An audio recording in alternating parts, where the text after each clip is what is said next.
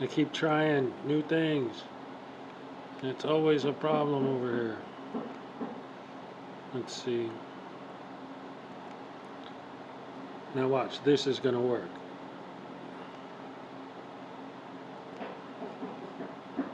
Let's see. Let me mute this. Yeah, see, now I can do it. What the heck? Alright, so apparently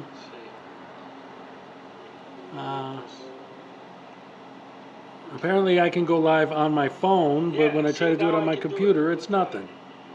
I gotta mute this because now I'm gonna have an echo, I guess.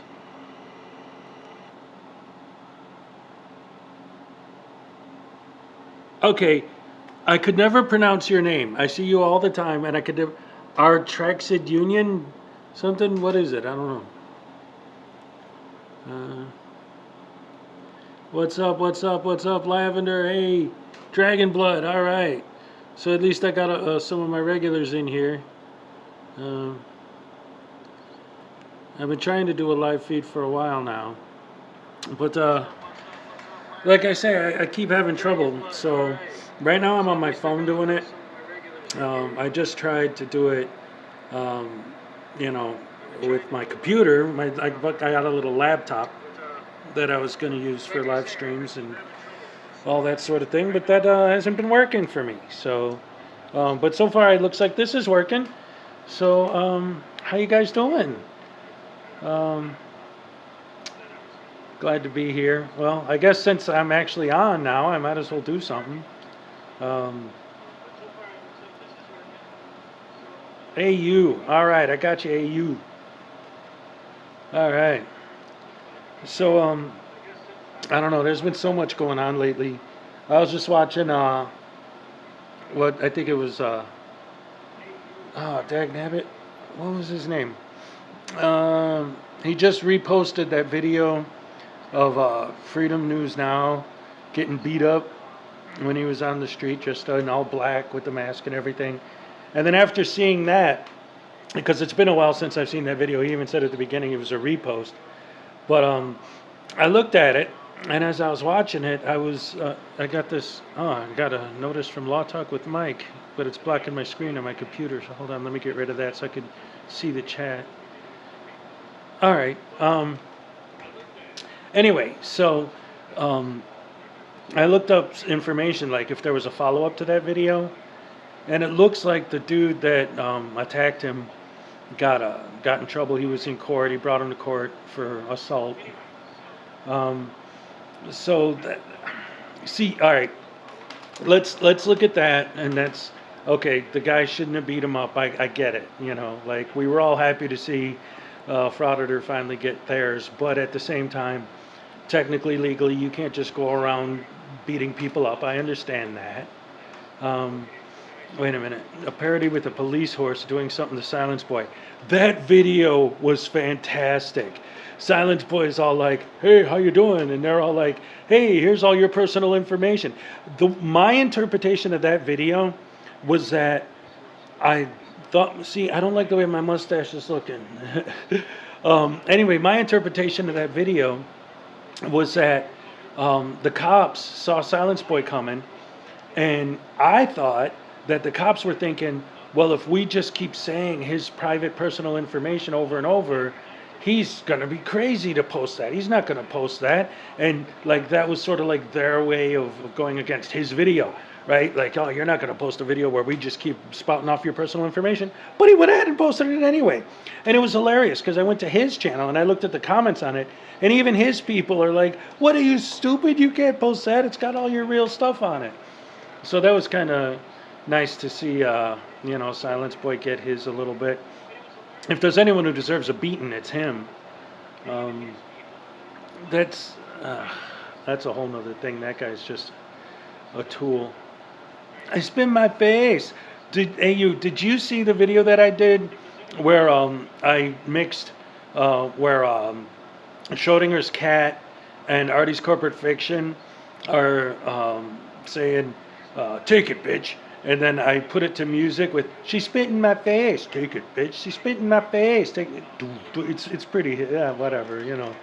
Um, the police horse could shat in his face. The police horse. Oh, that would have been great too. I would have paid to see that. Uh, anyway, let's see, what else do I got here? I wanted to. There's see, I made notes just in case this actually did work, so that I'd have some, you know, just some bullet points of things I wanted to discuss. Um, One of the reasons why I've been kind of itching to go live is because, like, what I've been doing so far is like there's these different subjects that I want to cover, right? I watch these videos all the time, and I wish, oh, I want to put my 2 cents in. I want to make my point about this stuff, but what I've been doing is I will take like one subject I want to discuss and then try to make a comedy sketch about that one point that I'm trying to make. And then that's a video. And then, you know, move on to the next point and the next one and the next one and so on. But then I ultimately find myself having like 500 different things I want to cover, and I don't know how long it's going to take me to make 500 videos. That's insane. Simon Mitchner, all right. What do we got? JMC, hello. Wow, this place is actually 2 bitches in a box truck. Wow, I'm filling up pretty good right now. Thank you guys. Good to see y'all. Did you guys see my interview with Rajikow? I put a lot of work into that video, and it's only got like not even 100 views.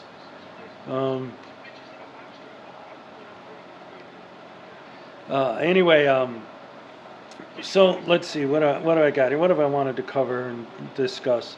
All right. Oh crap, it's spooky when I hear my name, Simon. Hey man, I always see you. And are you getting things back together? Who are you talking to, me or them? All right, anyway, so I might as well get into it since I'm here. I wasn't planning this out, but I got nothing better to do. They're remodeling my house right now. Like literally my kitchen is, there isn't one. The sink's gone, the stove's gone, the refrigerator's gone. They ripped down the walls, they ripped down the ceiling, they ripped off the floor. Right now it's like this old house in there. It's just a complete mess, and there is no kitchen. So I'm just kind of out here chilling, and you can see I still got my Halloween decorations up.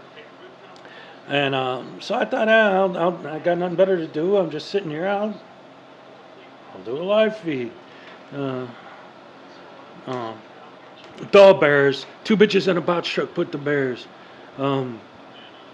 Do you have a link to the spit in my face? AU, I will. I'll get it. It's on my. What is it called? I'll find the link and I'll get it up there for you. That was. I think Schrodinger actually played it on one of his live feeds too, because they really liked that one. I do like 5 different short bits in it. It's like there's a guy flipping channels. I actually put an effect in there where you see the hand changing the channels. Oh, 2 bitches in a box truck knows the Super Bowl shuffle. Oh man. See, I got my Bears character. I haven't done any of the games this year with him yet though, because what am I gonna do? Talk about how they keep. I don't even want to say the word losing, not winning. But like, let's not. Yeah, football. Look, I got my Rubik's Cube, and when I put it on display, I purposely go out of my way because I noticed that the blue, the orange, and the white show when you hold it at the right angle, because that's my Bears colors. Pittsburgh, the Steelers. Well, hey, at least it's not in our division, so I guess that's fine. Grew up in Des Moines. Smart ones love the Bears and the Hawkeyes. Dumb ones love the Vikings and the Cyclones. Yes. Lavender Mexican loves double hearts for that one. All right. No, I know it's because Dick Enormous. That's great. I love Dick. Okay. His name is Dick Enormous, which is obviously not his real name. Hey, Hez. Hey, Chat. K-Shay. Man, thank you. Thank you for coming. All right. So anyway, let's get into something since we're here. Um, I wanted to sort of like break down my opinions on this whole thing. By the way, I'm working on a video now. If you go like way back, one of my first sovereign citizen related videos, it was one of my first videos that hit pretty good, got over 1,000 views. Is the it's called the Sovereign Citizen Awards, where I give like P. Barnes won the award for best tasing, right, and like best window smash and things like that.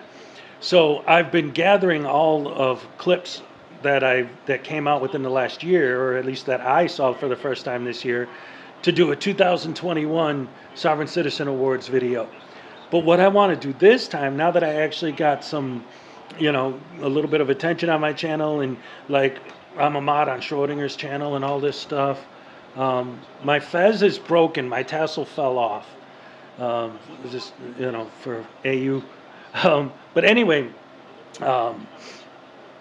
so what was it? Oh yeah, I was talking about my video. So what I want to do now that like a Marvel girl knows who I am, Schrodinger knows who I am, Law Talk with Mike knows who I am, I want to do the 2021 Sovereign Citizen Awards, but this time I want it to be kind of like the Oscars, like they have different celebrities come in and introduce each category, like the nominees are blah blah blah and the winner is but I want to have like Schrodinger read a category, Radical read a category, Law Talk with Mike read a category. I'd like to get all those guys involved if I can. I gotta ask them, I gotta try. I don't know, I'm still just gathering all the clips together and trying to decide what I'm going to put. I'm even thinking of posting a video with all the clips at a poll, so you guys can vote for who the winners are going to be this year. I don't know, just an idea. I got like that guy who's like the Frank Zappa lookalike, or a Les Claypool, whatever you want to call him, who's, well, are you police asking me to do a thing? I don't have a license because am I being detained?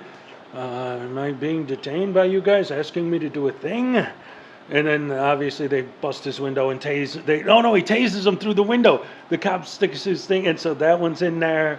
And then let's see. Hold on, wait. Sounds like a good idea. I suspect you might be prepared. And I'm old and I'm not wearing my glasses. And get ready to view. It's a great idea. Yes, thank you. On YouTube, it's all attorneys. Damn good channel. Kid alone. No, but I will check that out. That sounds interesting. I love watching the attorney stuff, because.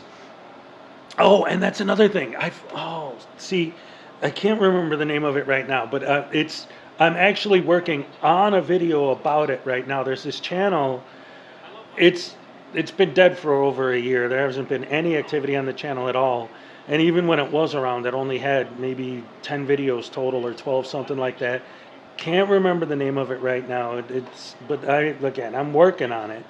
But it's this dude who basically, each of his videos is him taking one of the subjects, one of the things that you always hear sovereign citizens argue about, and using real law, real documentation to prove each point wrong. And he even uses Black Law's dictionary to disprove the arguments they make about Black's Law dictionary.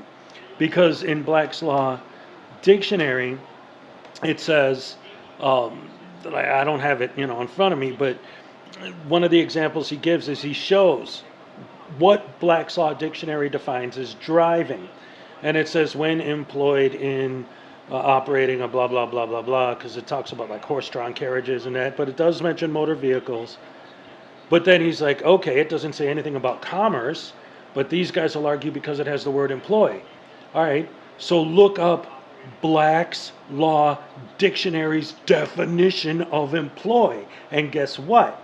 It's employ as in like, right now I'm employed in doing a live feed. Right? It's taking an action. It's doing an activity. You're employed in it. Right? So employed in controlling a vehicle has nothing to do with having an employment as a vehicle operator. Let me look back at the chat. Why do sovereign citizens always repeat the same question after they've been told? Okay, so My theory on that is that it's a tactic. Okay, in other words, their whole ultimate goal, right, is it's not the YouTube money. Okay, it's that big juicy lawsuit, right? Um, like that kid, that kid who's I'm pretty sure he's in jail right now, um, who did that whole video where he's just like, I'm never going to get a job. I'm just going to live off of lawsuits. And I'm working on clips from that too in my next video. I got a whole bunch of stuff on the back burner.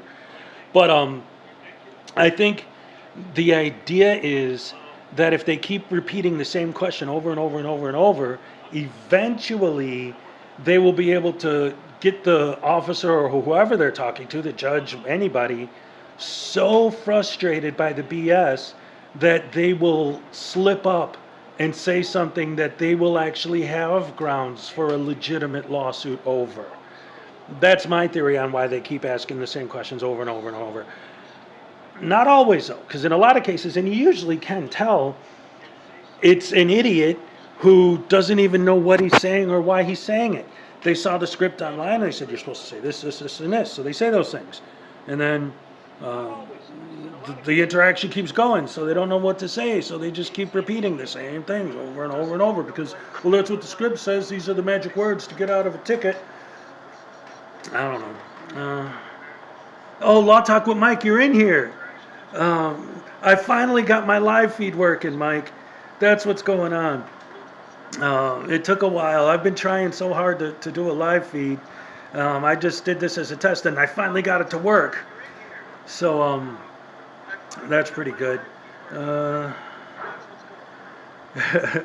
Yeah, that would have been hilarious because somebody just said Simon was talking about, hey, Law Talk with Mike said his name twice. It's like, yeah, but like Beetlejuice, we should have said it 3 times before he popped in.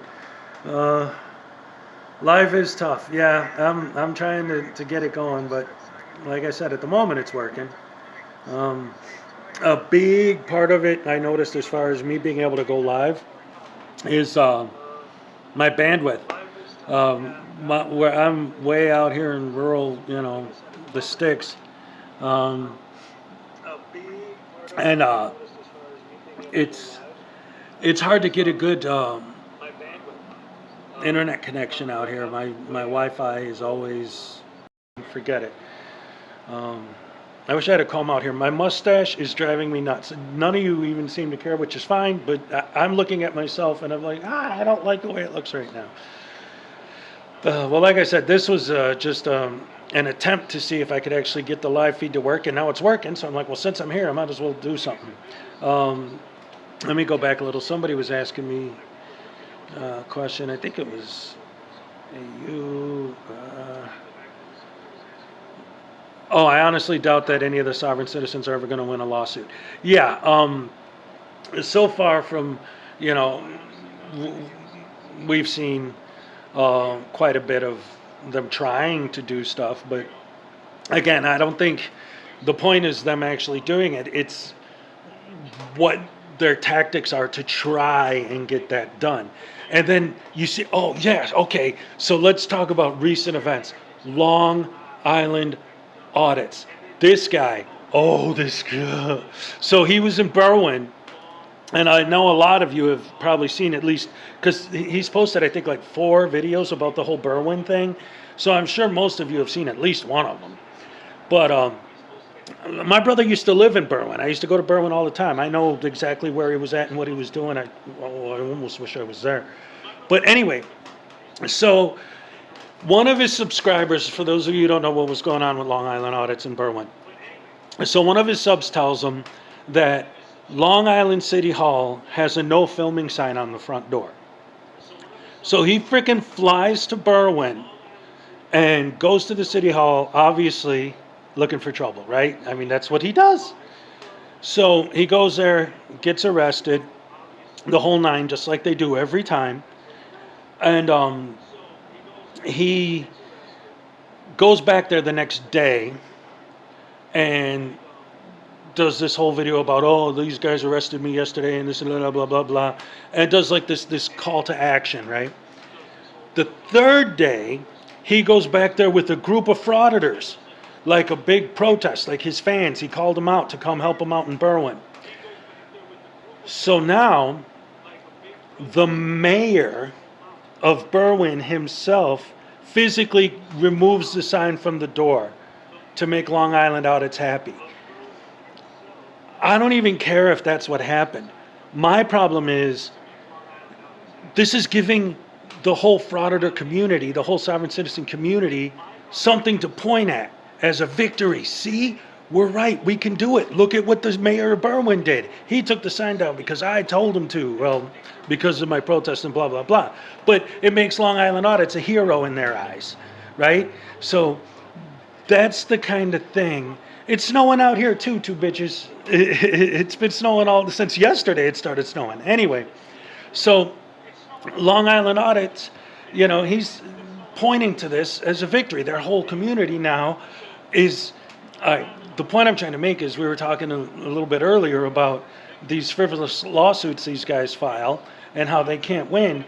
But then why do they keep even bothering to try? Because they could point at situations like that and say, see, it can work. You can win. You do this and they'll take the no filming sign down because we have the right to harass and annoy, to stand up for the First Amendment, right? 2 more weeks, please, Jesus, hold off. 2 more weeks for snow. And it seems to me that Long Island Audits is interviewing Leo and politicians. Yeah. See, to me, Long Island Audits is actually become one of my least favorite auditors. Not that I like any of them, frauditors, whatever. Because when you look at somebody like Silence Boy, right? Now, if you're familiar with Silence Boy even a little bit, you have got to understand that the guy is horrible. I'm getting a phone call, but I'm in the middle of a live feed, so no, I'm done. So, sorry, I hang up in a second. Yeah. So, yeah, right. So Silence Boy is obvious, like, in your face, horrible human being. Like, you're walking down, minding my own business, walking down, hey, you're a piece of shit, you're an asshole, I'm going to stick my camera in your face because I got the right to do whatever I want, fuck you, you piece of blah, blah, blah. So, the cursing and all that. Anyway, this is Silence Boy, right? He's in your face, swearing, talking, walking up to random people on the street. He doesn't just, not that it's okay to go after cops and city workers, but he doesn't even just go after them. He just goes after regular people, just normal, regular people on the street, people sitting down trying to eat, and he just shoves the camera in their face.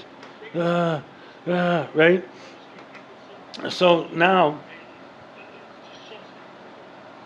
to me, Long Island Audits is just as bad as Silent Boy, but the opposite side of the same coin.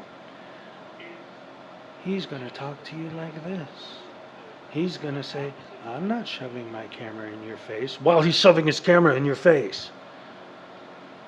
But he's going to stay calm about it. I didn't do anything violent. I didn't do anything wrong. I'm nice and calm. Listen to how I speak so calmly. While he's doing exactly the same thing. While he's saying exactly the same things. But he's saying them so calmly and so nicely that makes him, quote unquote, one of the good ones.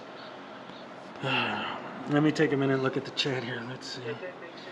I bask in Silence Boy's determination to ensure that my rights to eat pasta is upheld. But that's the thing. You don't have the right to eat pasta if he's in town, because he's going to go mess with you. I don't like anyone that cons, period. Yeah, no. He's anything but silent, yes. The mayor only removed the sign to get reelected. Well, yeah, obviously it wasn't to prove that LI, Long Island, was right. But the point is, that's the argument Long Island's going to make. That's the argument that the frauditor community is going to make, that they won. I'll tell you the fact, like, I've known about this whole thing's been going on for a while now, but the thing that, the specific moment that triggered me to decide that I wanted to get involved and start making videos about it was I was reading an article about a First Amendment auditor who got a $30,000 settlement from the state I'm in, and or more than that.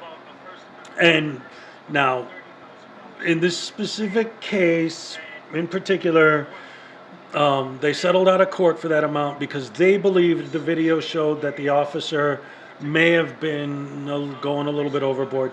And obviously, if the cop was wrong, I'm not going to stick up for the cop. If they're wrong, they're wrong. But the point was, again, all of these little things that they could point at as victories, it just adds fuel to their fire to get them to go and we're more doing this, more harassing innocent people because we have the right to do it. Let's see. All my chats are super. Yes. Why can't we super chat? I would love that. I'm not monetized yet.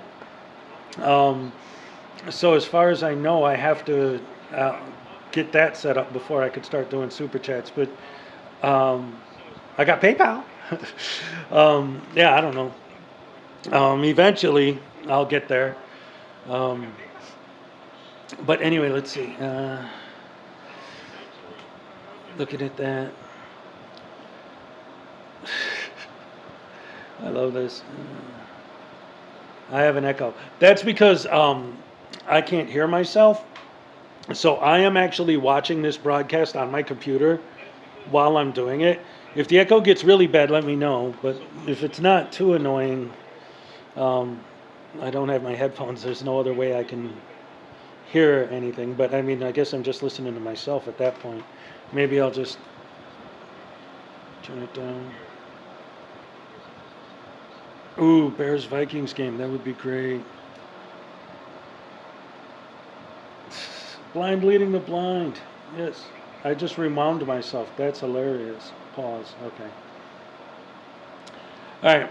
I muted my sound there. All right. So, why would I need to hear my own voice while talking? Yeah, I know. That's why I just muted myself. I started doing that with just watching it while I was doing it, just to make sure it was working. See,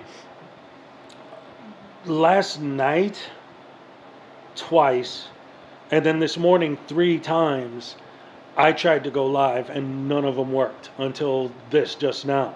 So I had to have it on just to make sure it was working, because my device was telling me that I was live, and then I'd go back on YouTube later and look, and it was just dead air.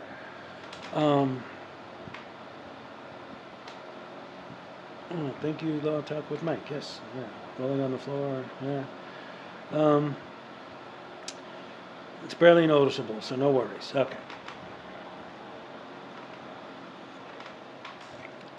So, let's start getting into some more stuff. What's been going on with the recent stuff? Oh, and then we got that idiot who went into the oncoming traffic lane, past the double yellow line, and hit a car and killed somebody. And he was a free man, so that's okay. He can just do what he wants. He doesn't need a license or insurance or whatever. Just start running people over. And this has always been Wi-Fi in a room. Yeah. Yes, Law Talk, I would like to do something better, but right now I'm, just trying to do with what I can. Your belly button, binary. I'm talking about your belly button. All right, Lady Dragon Blood, I'll always be here. Thank you for your support, always. Yeah, 2025, he's locked up. Yeah, he definitely is. That video broke my heart. Yeah, exactly. That's horrible. But the reason I bring it up is because the whole thing with the whole sovereign citizen movement, specifically, I break them down, right? Sovereign citizens sort of become like a blanket term that envelops so many different movements. But to me, it's there's the travelers, the Moors, the frauditors, of course, all these different little groups. But as far as the travelers go, that's always where it starts, right? It's always, I don't need a driver's license, I'm traveling, I'm not driving, blah, blah, blah. Um, that seems to be the basis where a lot of this has started. And, oh, sorry. Oh, no, thank you, Law Talk with Mike. He said, just trying to make it easy for you. No, I get that. It's just where I'm at right now. I don't, I think you came in after I said this. They're remodeling my house right now. So I'm out here because I really can't go in there. Everything's all tore up. There's no walls, there's no floors. It's just down to the bare wood of the frame of the house. And that's it. My wife and kids are actually out of town because of the construction, but I had to work. And I work right down the street, so I just stayed here and did it. Anyway, back to this idiot. So I've always thought in my head, like, when they talk about, well, I don't need a driver's license, I don't need license plates, I don't need insurance, I'm like, watch, one of these days, somebody's going to get in a serious car accident, and they're going to be one of these traveler people, and it's going to be a major problem. And look what happened. Like, this should be the ultimate proof that they're wrong once and for all. Like, here it is, boom, in jail till 2025 for killing somebody. This is Law Talk with Mike. Walls are overrated, right? Yeah, big renovations are difficult. Yes, they are. It's nothing to mess around with. Oh, thank you. Oh, no, all right, that's just looking at the chat, trying to keep up. But that goes back to like where it all starts, right? Driver's license, license plate. Okay, so this is the one example that I always wanted to bring up with the license plate thing. The example that I love to use because it's easy to look up and easy to see, the facts for yourself, right? All very well documented. I like to use the example of not. I want to say drive-bys, but not drive-bys. Oh, drive-aways. Hit and run. Hit and run. The reason why I love to use the example of hit and run is because last year alone, there were over 280,000 reported hit and runs. Okay? That's an average of what? Like over 700 a day. And so this isn't just some wild one in a million thing that I just pulled out of the air. This is common. Right? Hit and runs happen all the time. So I like to use that as an example because of the commonality of it. And then because it's something that's easy to look up and see, the facts behind it, what's going on. I'm going to move real quick. Sorry. But anyway, yeah, it's easy to use, to look up and all that, whatever. I just went over all that. So when you talk about hit and runs, right? Now, let's say that they were right in that you don't need license plates, right? Unless you're in commercial activity. Let's take a common scenario, just a standard regular scenario. You're in the grocery store and you come out and the back end of your car is smashed. Somebody backed into you and just left, drove away, right? Now you run back in the store. Hey, is there security camera footage? Can I look and see like who hit me? What's going on? So they pull up the footage and they see that car backs into you. Oh, but it's not a commercial car. No license plates. They don't exist anymore. So there's no way to trace who hit you. Sorry, you're SOL. Good luck. Like, that's it? That's the answer? And if it isn't, then what's the other option? Well, okay, what about the make and model of the vehicle? That would be on the video. Okay, so let's say it's a white Honda Pilot. You get hit by a white Honda Pilot. And it's not a commercial vehicle, so there's no license plates, right? Because in your world, there's no license plates except on commercial, right? So instead of the police focusing their investigation on whatever plate is on their car, well, just because so-and-so owns that plate doesn't mean he was driving. Yes, but at least the police can investigate that and can focus their investigation on that. But now that there's no such thing as license plates, they have to go by the make and model of the car. Oh, so now in your world, where we have more freedom because there are no license plates, more freedom. Now I am part of a police investigation because I drive a Honda Pilot. Now I'm a suspect in a hit and run just because I happen to drive the same make and model car. That's better? That's more free? That doesn't make any sense to me. That's insane. How could you even... All right, I wanted to say, let me go back and look at this chat. I'm removing my wallpaper from my historic house. Well, that's good. I mean, wallpaper was very popular in the 70s, and now it's just all stuck on all these walls. Even though it actually listened to their BS, they play themselves out because they're not engaged in commerce. Well, did you buy gas? Go to the market? Yeah. Well, that's it. Like commercial activity, and then again, that's going to be however that particular individual decides that they want to define commercial. And then, even if they did find the guy who did it, these guys don't believe in they don't believe in insurance. So what? Hey, okay, so now he's got to pay to fix my car. Well, what if he can't afford it? Now what? You're still SOL. No insurance. Wait a minute. Oh yeah, no registration. So what? You're screwed. There's nothing you could do. I don't know, man. Let's see.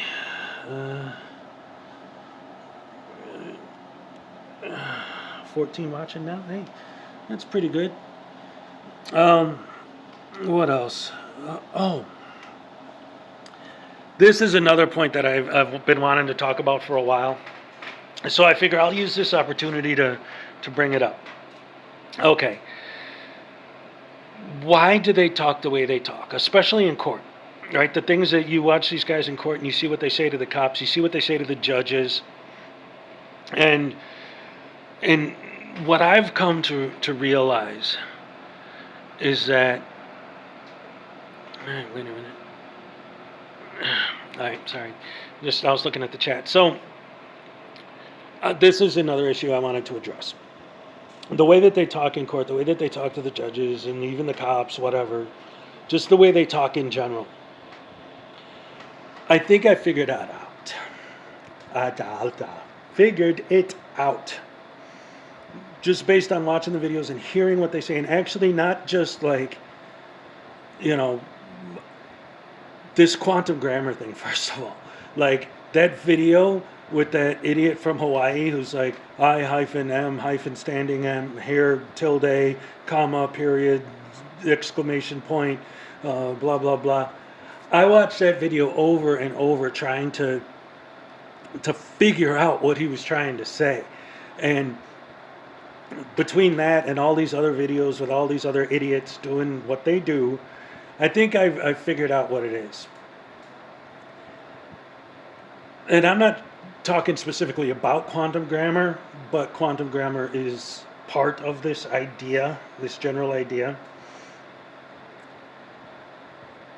They will always say, like, well, I don't need a license, and you know it. Or you guys don't have jurisdiction, and you know it.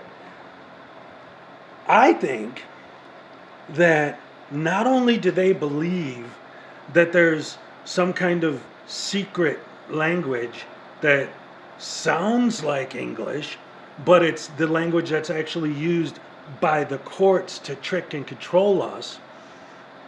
I think that they believe that when they challenge jurisdiction, when they challenge corpus delicti, when they do all these things, in their mind, the judge, the lawyers, basically anyone who's ever been to law school, is taught this secret language.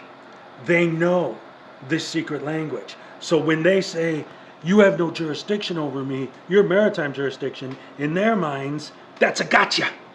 They just told the judge, oh, see, I know your secret language, I know your secret words, but I'm not going to let you pull that crap on me. And then in their mind, the judge and the lawyers and everyone, of course, they have to play the role. They have to act like they don't know what they're talking about. But ultimately, That's what's going to get their case dismissed, is because they know the secret language, and they prove that they know it by using it in court. Binaries, quantum grammar is just trying to find a way home. Its way, yep. Yeah. Let's see. Just like the Sovtard from Oregon who killed a woman while driving without any... Yeah, that's what we were just talking about a minute ago. He's there till 2025. He's in prison. Good. Quantum grammar is insane. That's a whole nother thing. Like, the language I'm talking about, like I said, is with the examples I used with the jurisdiction and all that, that's... Quantum grammar is separate from that, but it's the same idea. It's the idea that the government has a secret language. It's just, with quantum grammar, it's a different language, right? But it's still the same idea. If they write a paper telling you you are charged with such and such, it's like the dude, I mean, it's a little different than the language thing, but bad quantum leap reference. Hey, I used to love that, and I got it. I got you, Binary. I know. I used to love that show. Oh, now you got me thinking about Star Trek and when he was the captain of the Enterprise. Anyway, that's a whole other thing. Let's see. This is kind of a secret language in court, but it's not actually secret. Most of it's just work based on jargon, like most trades have. Certain words and phrases have well-known and defined meanings. Well, yeah, I mean, that's the thing. But the point is, like, when you're talking in normal speech, right, and you say drive, you're talking about driving a car. But, I mean, let's face it. If you're driving a car, where are you sitting? In the driver's seat, right? If you have an automatic transmission, what gear do you have to put it in to move? Drive. And this is one of the ones that I like to use, that I never hear in any of these videos. Okay, you don't like that example, you don't like that example. How about this one? If your car is moving forward, how is that even physically possible? Because you engaged the drive shaft. It wouldn't move forward without the drive shaft being engaged. You are driving. Anyway, that's a whole nother thing. What about saying the punctuation out loud? Well, that kind of goes back to the whole having my name in all caps versus the way it's normally written. In other words, if I just say my name, just from me saying it, you don't know if that's an all caps version of it, right? The all caps version of it in their minds is not my name. That's the corporate entity that owns the secret money from the secret society that owns the secret blah, blah, blah, blah, blah, blah, conspiracy theory that everyone in the world is involved in except for us bootlickers, I guess. So by using quantum grammar out loud when you say these things, it's because, again, if I say my name, you don't know if I'm saying it in all caps, right? But if I say my hyphen name hyphen is tilde blah blah blah parentheses exclamation point Beavis and Butthead whatever, right? That's why they say it out loud, because if it's written a certain way in their mind, it means something different.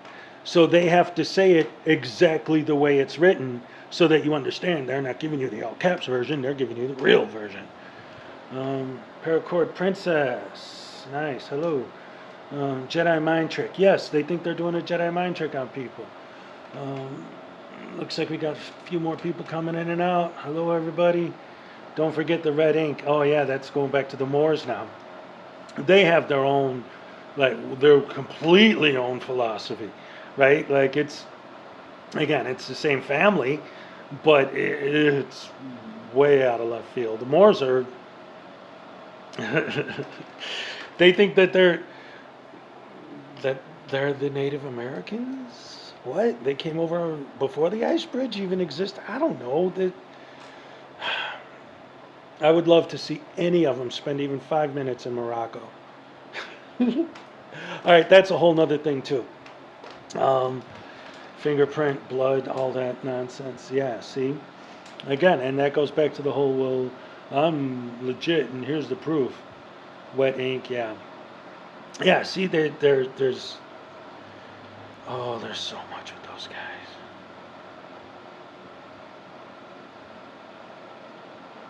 Morocco won't let them in. Yeah, right? That would, yeah, never.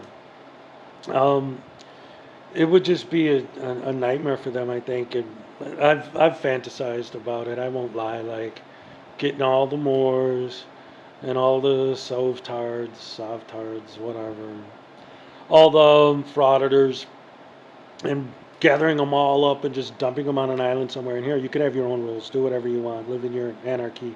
I don't care. Just leave us alone. You know.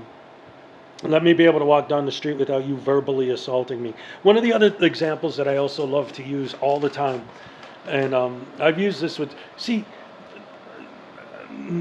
since my channel's been growing, I've been getting more and more of these comments and people calling me a bootlicker and stuff. And it's like, I want to come up with a term for them. You know, like, what are you, a camera licker? I don't know, because they always have their camera. I can't think of anything good. If you guys could come up with something, maybe we could start a new hashtag for them. Let's see. Glad I caught this. Made me smile. I needed that. Thanks. Hope you all have a good weekend. All right, K-Shay. All right, you too. I hope, yeah, they'd eat each other alive. Yeah, it wouldn't be fun to be one of them, I don't think. So, another thing I was thinking of was, like I said, I got my little sheet with my bullet points on here, things I wanted to talk about. I wrote one way, poster 7. So what does that mean? Okay. So I had this idea. I was thinking about this. I had a frauditor that I was talking. See, sometimes I'll go in their comment section and troll these guys. But I actually got into a conversation with one of them. And I mean, not in real life, through the comments in his community tab. But we were going back and forth for a while, and one of the things that they were talking about was that our interpretation of poster 7 is completely wrong and insane. Now, saying that we, in other words, people who know how to read, I guess, interpret it wrong is like someone saying that, like, you ever see a one-way sign that doesn't have an arrow on it? It's like at the beginning of the street, and it says one way, telling you, hey, you're going the wrong way, you got to turn here. It would be like seeing that and then driving the wrong way and getting pulled over, and the cop says, well, I pulled you over because you were going one way, wrong way down a one-way street. Well, what do you mean? The sign only says one way. I was only going one way. So there was no arrow. How am I breaking that sign? To me, it's kind of the same thing. Like, it says one way. In other words, poster 7 says what poster 7 says. Our interpretation of what it says is based on the words that are written on the piece of paper. Like, it's not like we're interpreting it to mean something radically different than what it says. You are. We're basing our interpretation of it not based on interpretation. It says what it says. If a one-way sign says one way, it's because it means one way. If the stop sign says stop, it's because it means stop. If poster 7 says they have the right to tell you to stop filming, then they have the right to tell you to stop filming. Like, what's to interpret? Well, foyers and buzz and authorized individuals have the right to ask you to stop. How do I know you're authorized? Just because you're the postmaster. Anyway, the other example that I like to use is I'm going to go on a rant. Oh man, I lost my train of thought has derailed. What movie is that from? Put in the comments. Do you know? It's a kid's movie. I base my reading on poster 7 on my 55 plus years worth of the ability to read English. Yes, exactly. It says what it says because it says it. Rant away. Yes. Okay, so one of my videos, it's kids. It's like a kids show, teaching sovereign citizens and frauditors what the word person means. And then I have like this little song, and it shows like a picture of a person, and the caption underneath says person, and then it shows a picture of a social security card, and then it says not a person, and then it shows a picture of a different person, it says person, and then it shows a picture of a birth certificate. This is not a person, right? And then the third person, and then an egg salad sandwich, not a person. And then I sing a song with the little stuffed animal. It's like a cute little bit I did with my son. It was fun. And then the final bit was I actually went into a post office and did an audit. And I just show a short little clip of it in there. But the whole point was that I went into the post office and asked them, hey, do you guys mind if I film? And I got permission from the post office to film in the post office. And guess what? It wasn't hard. No trespass, no arrest, no arguing, no fighting. Just got permission to film before I started filming. That's all I had to do. Like, what's the big deal? I don't get it. The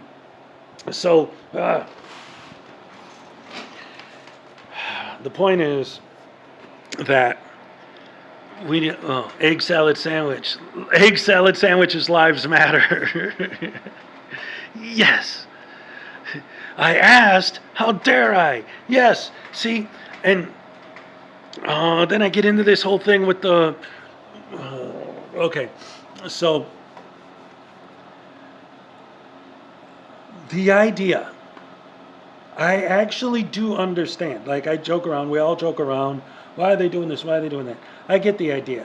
But then the way I like to break it down, the example I like to use is there's no law against cheating on your spouse.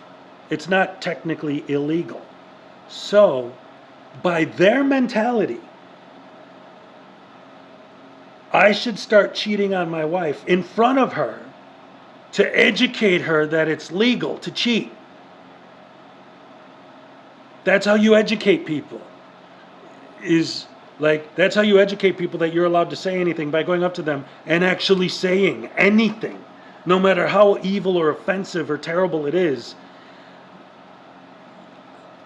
Okay, what is it with those two guys?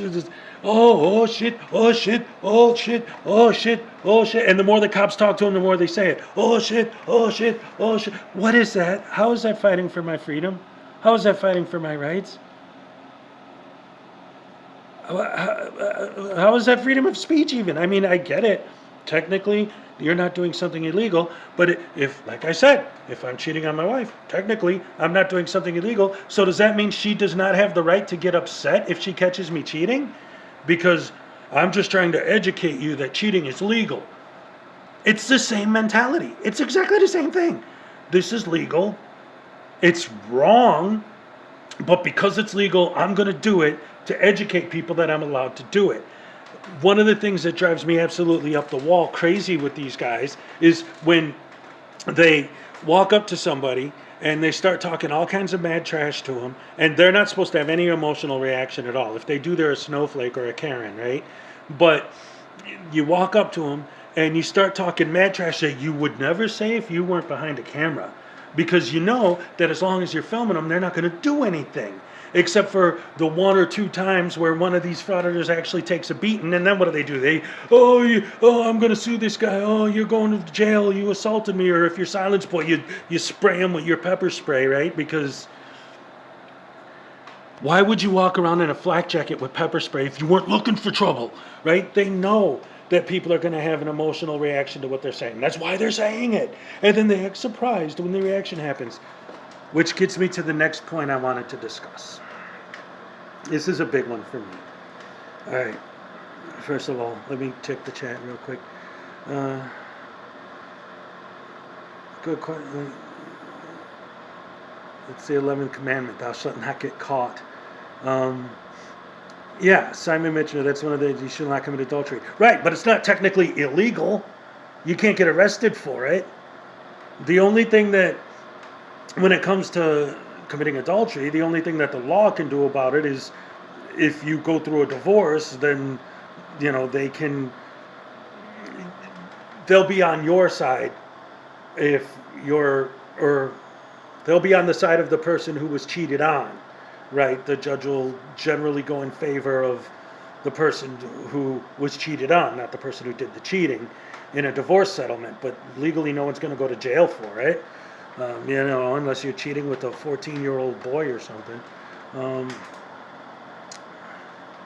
Old school. Hey, I finally got one working. Isn't that great?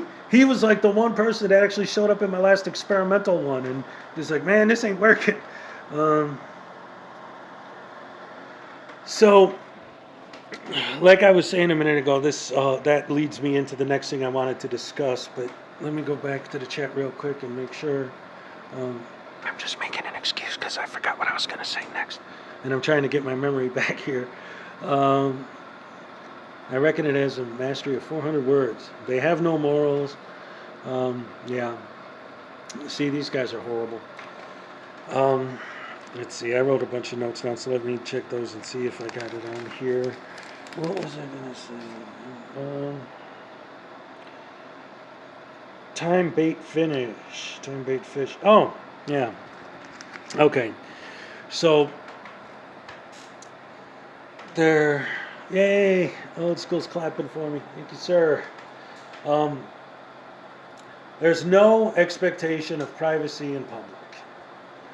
That is something that drives me absolutely up the wall.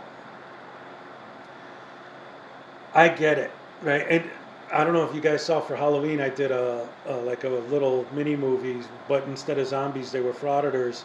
They were, you have no expectation of privacy in public, and trying to get me. It was great.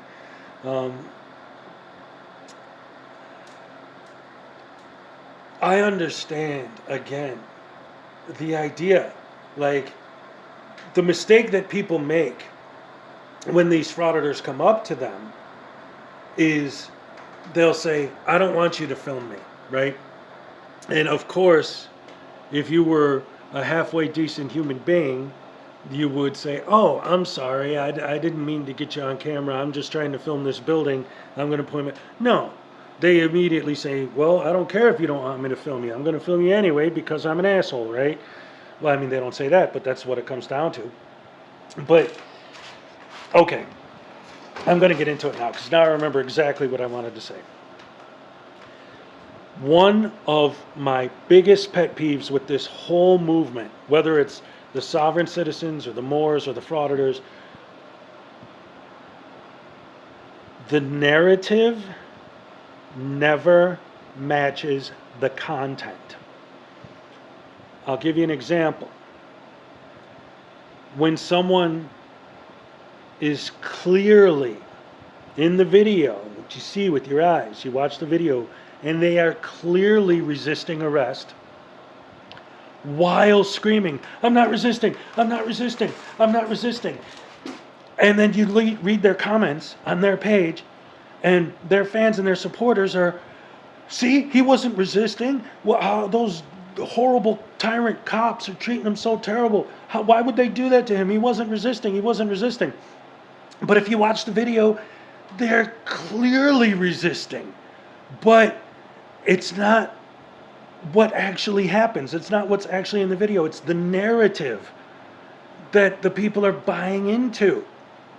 So the narrative never matches the content. And that's one of the things that drives me so crazy. Because when you shove a camera in someone's face and they say, I don't like being filmed, the narrative becomes, well, there's no expectation of privacy in public. And how dare you try to violate my rights by telling me I can't film you? And the big mistake that the people they're filming always make is they always say, well, don't you need my permission to film me? Or, I don't think you can legally do that. Now, That's just an excuse for them to get smart. Oh no, I don't need your permission. Oh no, you're wrong. It's legal for me to do this and blah blah blah. They can't just be polite and say, "Oh, if you don't like being filmed, I'll go ahead and stop filming you." No, no, no, no, no, no, no, no, no, no, no, no. Wait a minute. I'm seeing some stuff in the comments. Let me look at this. What do we got here? They have a total fail on the actual meaning of certain fundamental words, such as crime, requiring injury. Oh, as far as crime requiring injury, a hurt party, etc., and resisting has to be physical. Yeah, well, that's another one that I hate. The idea that someone has to get hurt for there to be a crime. So they never, this is the other thing. Part one, right? What I just said. The narrative never matches the content. Part two,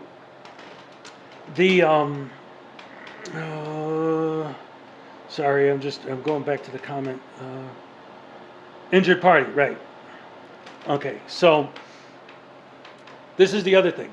So what you're telling me, if you're right, I'm talking about the Sovtards, right, and the frauditors and all those guys, if they're right, if they are correct, then what that means is if a car is driving erratically and someone's crossing the street and that car is on a trajectory where it's obviously going to, maybe the person's looking at their phone trying to catch Pokemon or something, so they're not paying attention, they don't see the car coming. And there's a cop standing right there and has the opportunity to save this person's life. There isn't an injured party yet. So according to you, he has no right to intervene to save that person's life. He has to wait until he gets run over, then the cop can intervene because now there's an injured party. Instead of saving the person, they have to stand back and let him get killed first. Now there's an injured party. Now they can do something. There's no such thing as preventative. And then when these cops, see, now you got me going on these guys. Fake Mike, real news, fake news, real Mike, whatever the hell his name is, loves to do this one. But I've seen them all do it. Silence Boy, all these guys do it. You got cops that hang out in certain areas because all right, let's say two guys walk into a liquor store with baseball bats and just start bashing everybody. One beat cop that happens to be in the area is going to stop those two guys? What if one of them's got a gun? What if both of them have guns? Like, you're trying to prevent these crimes from happening. So you're going to put 5, 6, 7, 8 cops in that area because they want to keep that specific area safe. So now these guys love to, oh, look at this waste of taxpayers' money. These cops just sitting there, right? But then these same guys will call these cops tyrants for just sitting there. Like, seriously? Like, that's your definition of tyranny is, I'm a police. Hold on, before I get on to this, what is it? Anything good in the comments real quick? Because now I'm going to start going off on this other thing here. Corpus delicti. Have to have a corpse or it's not corpus delicti. Oh my gosh. See? And then I had one of these guys try to tell me about that, about corpus delicti. And, okay, so I think it was Cranky Patriot. I don't want to take credit for it. It was all Schrodinger, but his channel got taken down. He took it down himself, I think, because of all the pressure he was getting from our end. But I think it was him. If it wasn't him, it was Broken System, Broken Trust, who's still around and very annoying. But I was talking to one of those two, and they were trying to explain to me about how they won this case due to lack of corpus delicti. And they actually posted the evidence, the proof that that's why they won. But here's the point. And this is the other thing where they use these things that happen to them as evidence that they're right, as fuel to their fire, to help their arguments. Corpus delicti, basically, I'm sure most of the people in here know what it means, but basically it's about the body of evidence, right? Now he goes in there arguing corpus delicti in his head because there has to be a corpse, there has to be a body, there has to be an injured party. And if there isn't one, you have to let me off. Now the court hears him arguing corpus delicti and they're thinking there has to be a body of evidence. So if his case really was, which it was, ultimately dismissed because of lack of corpus delicti, in other words, there was a lack of evidence. It's not because there was a lack of a body. It's because the evidence, the body of evidence, did not hold up to scrutiny. See, I think that this is part of their whole scam, is this idea, because why do they always go with traffic stops so hard against traffic stops? Well, there's always the excuse, oh, well, they're just doing it to make money. They don't care about safety, which this guy that we were talking about earlier, who just went to jail for killing somebody in his car, proves that that's not true. But if that's your argument, then, I'll give you an example. Where I live, and I know every state's different, so yours might be completely like thinking I'm way off, but that's just, every state's different. Out here, license plate renew fee is like $75 or something. Connection failed. Ah, crap.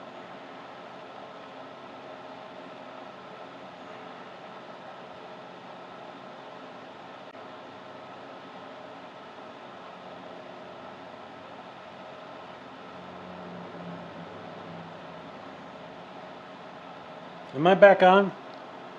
Let me get in here, see what we got.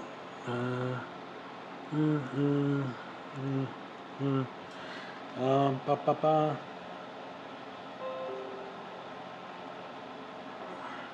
Am I back on, guys? Hello?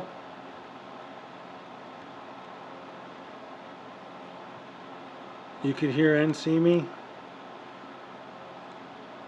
My whole system just crashed. Am I here? So, alright. Hey, unclean hands! What's up, buddy? Old school, yes. Okay, so I'm back on. Give me a one in the chat if you're putting your words in live now. Because again, my system just crashed and then it rebooted. I don't know if it took me back on or not. I don't see any ones in the chat. Oh, wait, I got one. All right, Simon Mitchner. All right, cool. All right, so we're good. We're good. We're back live. Yeah, I dropped my feed for a minute.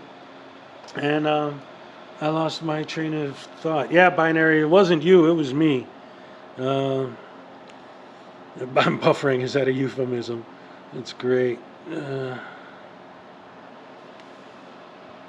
Oh, yeah, AU. They're definitely selfish. And they're definitely in it for the money.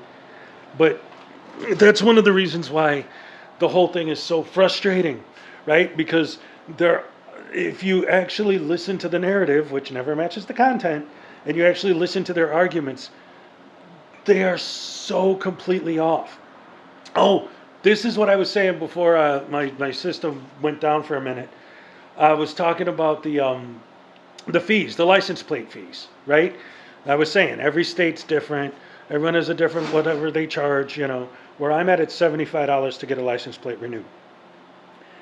So if you wanted to come to me and make the argument that that $75 fee is way too high, if you wanted to tell me that you thought that that was just the government's excuse to take money because once you send them the $75, all they do is click the renew button on their computer and that's it. You're paying $75 for that, and they send you a sticker to put on your license. You know what? You want to argue that? I'll argue that. Yeah. In fact, I'll be one of the first ones to go down to City Hall with you to protest that's insane amount that they charge for that. I get that. But to say that license plates should not exist at all unless you're in commerce, that's insane. Do Do you have any idea how crazy it would be with people running into each other and no possible way to track them down, especially if there's a hit and run? And as common as hit and runs are, if there was no such thing as license plates, they'd be even more common because, well, there's no way they could catch me. People are just going to take off. What do we got going on in the comments? Gotta go. All right, take it easy, Gary. $72. Yeah, see, Unclean, you know what I'm talking about. So yeah, if that's like the kind of thing that's like the basis for their argument is they only charge these fees to try and take our money. But like I said, you want to argue the fees themselves? Fine. You want to argue whether or not license plates should even exist? That's something completely different. And I'd have no problem. I mean, I do pay. But I mean, if it was, I'm not saying there should not be a fee. But my point is, if you're going to argue about they're just doing this to take our money and they don't care about our safety, that's ridiculous. In fact, that's why I posted a video, I think it was about 2 weeks ago, of a cop giving somebody a warning and letting them go. Because it was evidence, proof to me, because it was from, body cam footage that was released online, that you can get let go with a warning. If all they cared about was taking your money, why didn't they write the guy a ticket? If the only reason they pulled people over was to take money, why didn't they write him a ticket? Why would they ever let anyone go with a warning if all they cared about was the money? They're doing it because they care about safety. That's why these laws exist. I don't know if you've ever seen, you could find it. There's a bunch of it. Well, shouldn't say a bunch of it because cameras were barely even invented, but there is footage of what driving was like before driving laws were invented. And it is a shit show. An absolute dumpster fire of cars just running into each other and people just driving all over the place. That's what these guys want. They want to go back to that. Well, not really. They just want money and YouTube revenue, and again, to file frivolous lawsuits to try and get that big, fat, juicy payday. It never works out that way. Your semi was $1,500 a year. Whew. That's rough. Yeah, see, there are fees. You got to pay the fees. I get that, And like I said, if you want to protest the fees being high, okay, you can do that. But to say that they're just completely shouldn't exist at all, like not that there shouldn't be a fee for it, but that the thing itself, the registration shouldn't even exist. The license shouldn't exist. Plus a $5,000 road tax, man. Well, I can't really say much. You've got a nicer motorcycle than it. Did you ever clean the windows on that truck? No. Let's see. Based on engine size, pollution levels, emissions. Yeah. Yeah, 500. Yeah, whatever. I mean, the point is, yes, the fees are out there and they can get pretty heavy. But like I said, if that's what you want to fight against, if that's your protest, if that's your idea, then I could probably even get on board with that. But that's not what these people are trying to do. I know they're still dirty. That's great. You know what? And just for me personally, just saying to Unclean Hands, I love your like random videos like that. Like when you just film yourself like driving, or like when you were like going to hang out with your son or give him his mail or whatever, like little things like that. That's fun to get. I don't know. It's just the way you do it. It's cool. You got that old country style. I haven't washed my truck in 3 months. All right, binary. Good job. Hey, I haven't washed my car in I don't think since I bought it. I mean, I just bought it recently. It's used. It's not new, but. And now that it's snowing, it's literally snowing right now. Can I point this out the window and you guys could even see it? I don't know. I don't dox myself anyway. It's nothing but cornfields back there. Doesn't matter. I guess it stopped snowing because I don't see it coming down at the moment. Let's see, where are we at here? Very high levels of tax on fuel. Pacific Northwest, the weather will wash my vehicle for me.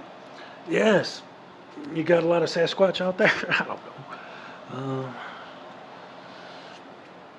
All right, so what was the other thing I wanted to go off on? Privacy in public. Oh, yeah, time, bait, fish, I wrote down. I was thinking about, and I wanted to make a point about, and a recent Amagansett Press video made me think about this one. I mean, I've thought about this before, but this one specifically, like, really made me focus in on this idea. There's no such thing as a good audit or a passing audit. And what I mean by that is, in one of the more, this is just an example, it's not just this one, but an example of what I'm talking about. In a recent Amagansett Press video, he says, I've been standing here for 45 minutes with nobody bothering me. Okay. And then, a few minutes later, somebody bothers him. How long? Like, all right, I'm going to go out here and I'm going to film to see if they respect my right to film by not bothering me. So you go out there and you film 10 minutes, nobody bothers you. Pass. Nobody bothered you. You're filming. Nobody said a word. Cool. Okay, 15 minutes. Pass. Cool. I'm out here filming. Nobody's bothering me. Great. 20 minutes? 25 minutes? Half an hour? 40 minutes? When do you stop? They don't. There is no such thing as going there and being left alone, because they are going to stay until they get messed with. And if that doesn't happen, then they're going to start. They're going to, well, you don't have expectation of privacy in public. Oh, well, I'm going to walk up to you real close and shove my camera right in your face so that you have to react. Why would they stand there for 45 minutes without being bothered and still be standing there to be bothered afterwards? Because they're waiting for someone to bother them. That's the whole point. If they just film a quote-unquote good audit, that's going to be a boring video. Their fans aren't going to want to watch that. They have to make it exciting. They have to get something that's going to get views and clicks. So they have to wait until someone bothers them. Because what happens as soon as the guy comes over? First of all, the dude just says, what are you doing? And he immediately rips into the dude. Like, Mr. Amagansett Press, that's supposed to be the good one, like, he doesn't say, oh, well, since I'm here to educate, he's, get away from me, who do you think you are? I'm doing my thing because I have the right to do it, and screw you, you don't have a right to privacy, I do what I want. And go away, you're dismissed, pal, you're dismissed, buddy. Oh yeah, that helps. That's going to make the world a better place, have more of that going on. Yeah. Sure. Oh. So the point is that they're going to stick around and they're going to keep filming. And if nobody bothers them, that's not going to be a pass. They're just going to keep sticking around and keep filming until someone does. There's no situation where someone does it, because they're going to make sure someone does. If they have to push it, then that's what they're going to do. If I was looking for abuse, it wouldn't be there. Sasquatch does exist. It's my dog. With all the inequality and abuse in the world, why do auditors believe that it's likely to happen at the post office? Exactly. The post office is notorious for violence and mayhem. Oh yeah. Everybody knows the post office is the best place. He also abuses our Second Amendment. Oh yeah. Well, and that, the amendments thing, like, this is another one of my favorites. This goes more with the travelers than with the frauditors, but it applies to all the sovereigns. You took an oath to the Constitution. So how are you gonna, it's usually when they ask for ID. Like, just them asking in and of itself is supposed to be some sort of violation of rights somehow. So you get pulled over, you tell the cop, didn't you swear an oath to the Constitution?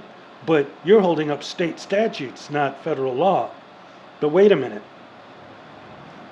The Constitution has the 10th Amendment, which allows the states to make the laws. So if they're supporting the statutes of the state, which is allowed to make statutes because of the 10th Amendment, doesn't that mean that they're supporting the Constitution indirectly? The only way that that doesn't apply is if what they're doing goes against the Constitution. The state can basically make any law it wants as long as it doesn't go against federal law. But I guarantee you, almost all of these guys are more than happy to smoke their legal pot, which is still federally illegal, but the state statute allows you to smoke it. You're not bitching about that though, are you? No. Nope. They're not complaining about that one. What is our country's name? Well, it's definitely not Moorland or Moorish Morocco. It's the United States. I get it. I know what you're saying. The Constitution stops at the 9th Amendment, right? Because they don't pay attention to anything after that, which means that they still believe in slavery, I guess. And then that brought me to something else I wanted to talk about. This idea of waiting around until there's an interaction, right?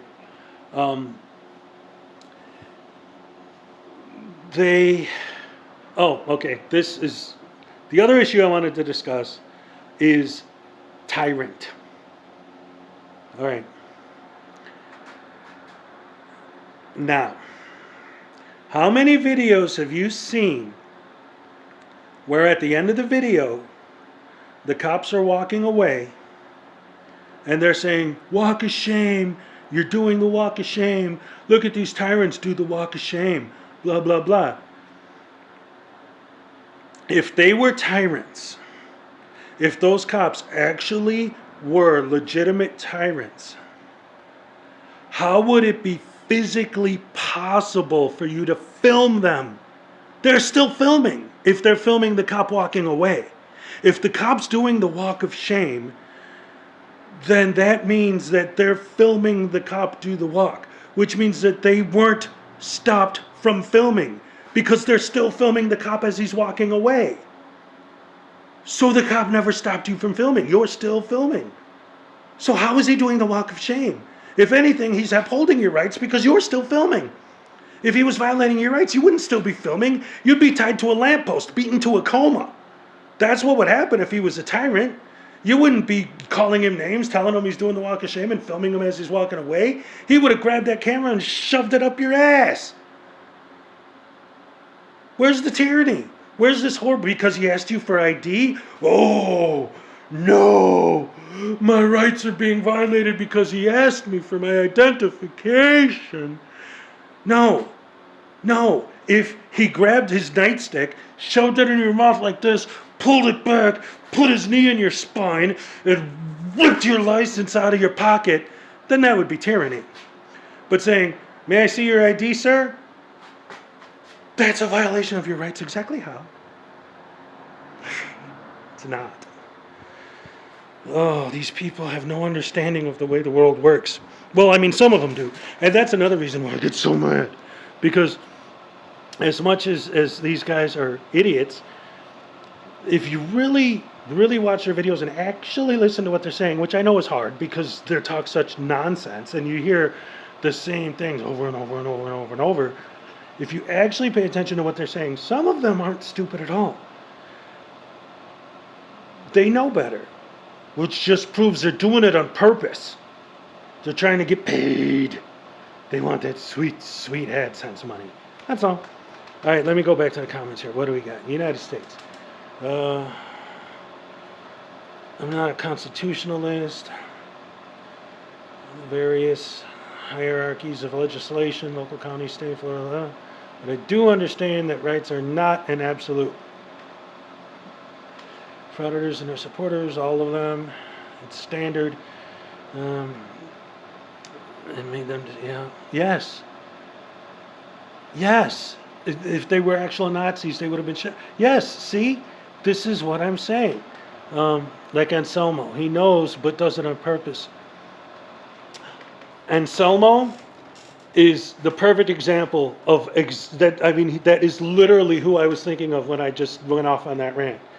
Because he really does seem like, okay, let me scratch that. Let me put it this way. As long as he's been doing this, and as many post offices as he's audited, there's no possible way that you could ever get me to believe for a second that he doesn't actually know and actually understand what Poster 7 is about. Unless he's actually that stupid. So there's only two options. He either actually is that stupid, which, well, then he's an idiot, or he does know better, so he's doing it on purpose. Because how could you do it that much and not know? How could you not know? How could you? I know there are some people that are delusional. I know there are some people who don't understand. But with him specifically auditing America, I think he knows exactly what he's doing. Oh, that reminds me of another one. Hold on, wait. I see something that looks like it might be interesting in the comments. From what I see, they use all the words about amendments, rights, and Constitution and throw them in people's faces in the knowledge that most people will hesitate in response. Yes, that's the thing. They try to bring up these legal whatever just to make people step back for a second. Okay, so I'll use Poster 7 as an example since I was just talking about it, but it's exactly, Simon, what you were just saying, okay? I believe, it's a joke to them. They think it's funny that, and let me step back for a second. Anyone who's ever had a job, which we know none of these guys do, but if you've ever had a job, I've had many jobs over the years, right? You go to work, and on the wall in the office, where you go for your interview usually, or where the break room is, whatever, on the wall they'll have all these posters. Minimum wage laws, your rights as far as like if you get hurt at work and what you can do, and they'll have all these posters with all these things. If they hire you to stand behind a cash register, your training is teaching you how to run the cash register. They're not going to have you sit and memorize these posters and read them over and over and over and over until you get them memorized. They're there for if you need them, but that's not what they're training you on. They're training you on how to run the register, right? So now let's say that it's a post office that we're talking about. They're not going to spend the first 6 weeks of training having you memorize Poster 7 just in case 10 years from now some random idiot walks in there with a camera.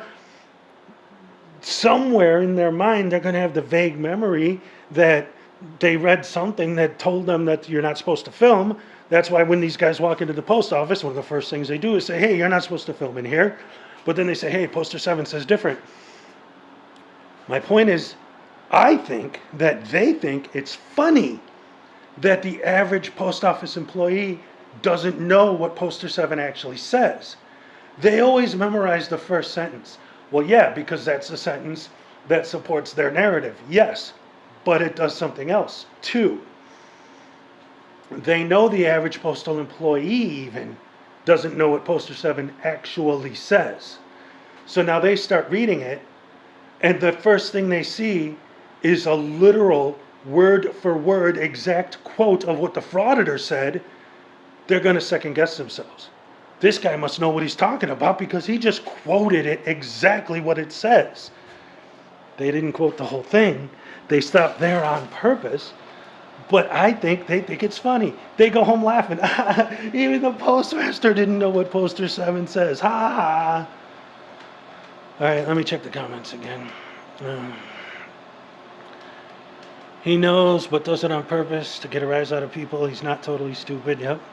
From what I see, they use all the words in a... Okay, yeah. Self-infringe other people's... They infringe on other people's rights.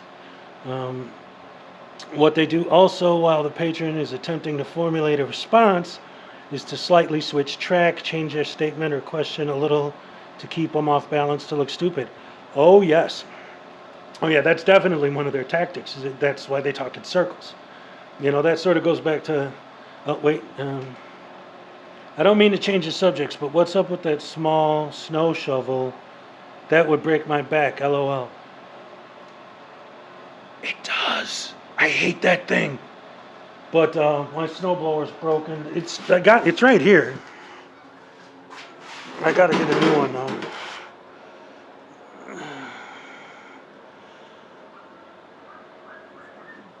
So that used to work.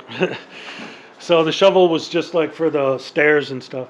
Plus I got two of them. I got this here one, and then I got this one. So it's all good. I don't know. Got a couple tools. I'm thinking of getting a Thanksgiving or a fall backdrop, since I do all my videos pretty much in the garage anyway, and have that instead of the skulls. But then again, because I listen to everything, but I like heavy metal, and when I'm listening to that, and especially when I'm playing my guitar, and then have that, and it's just, I don't know, gives me a cool vibe. Yeah, anyway, that's that. Let's see. I just have to put gas in it. No, it's full. I wish that was all it was. That's why I had kids. Yeah, I got 4 of them, and they don't, JK. Well, they don't. If I asked them to shovel, it would be a fight.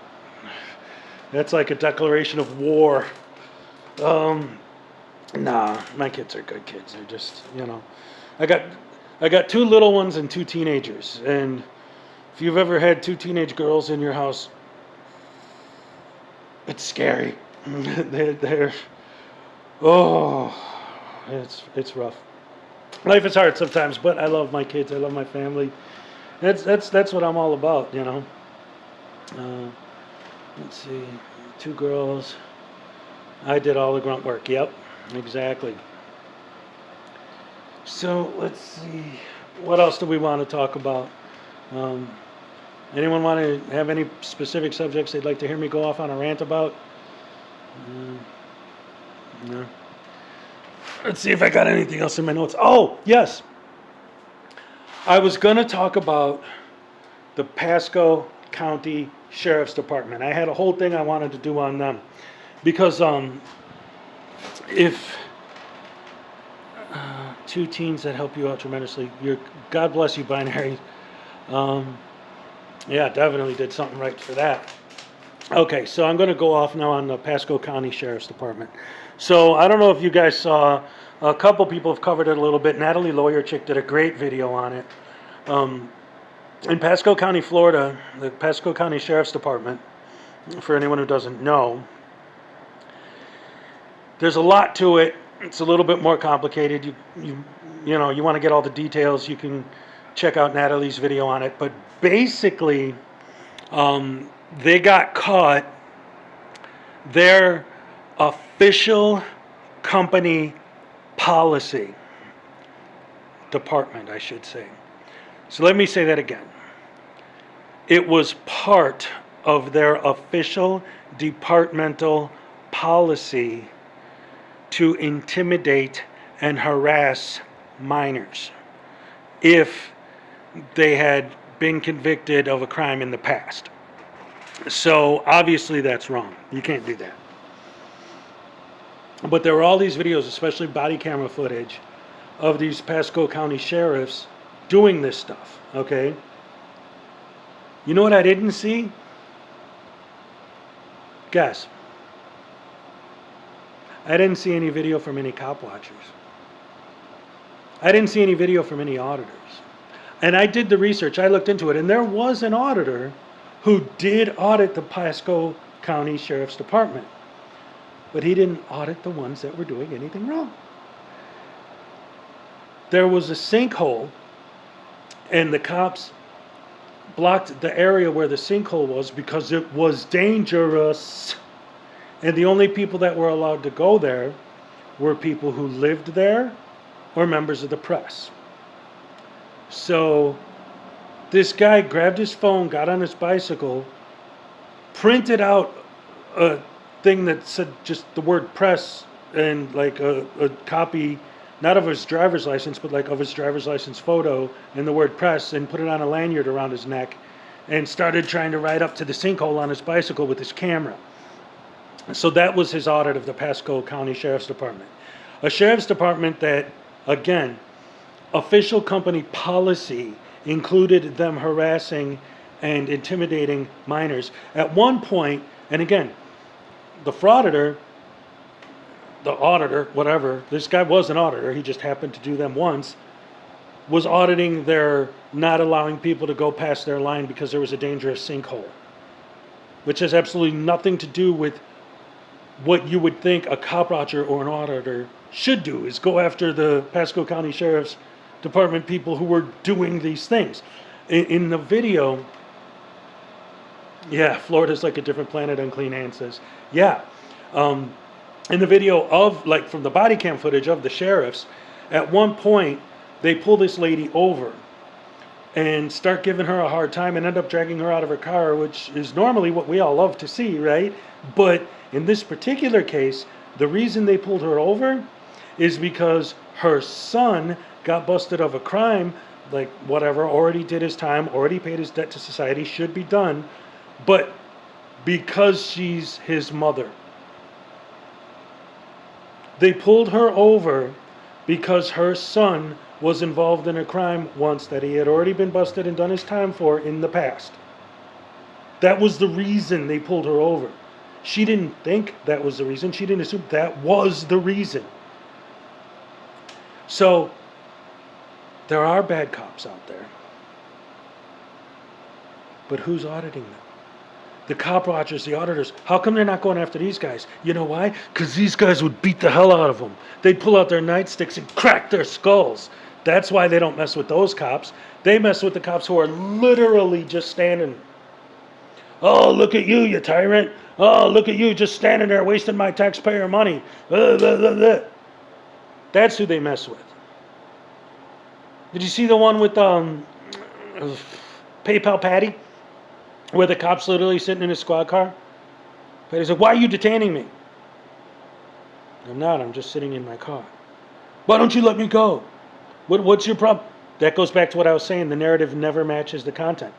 The narrative that PayPal Patty was trying to create in that situation was that this cop was violating his rights and doing all these terrible things to him, and the cop literally was just sitting in his squad car. That's it. He was just sitting there. He didn't do anything.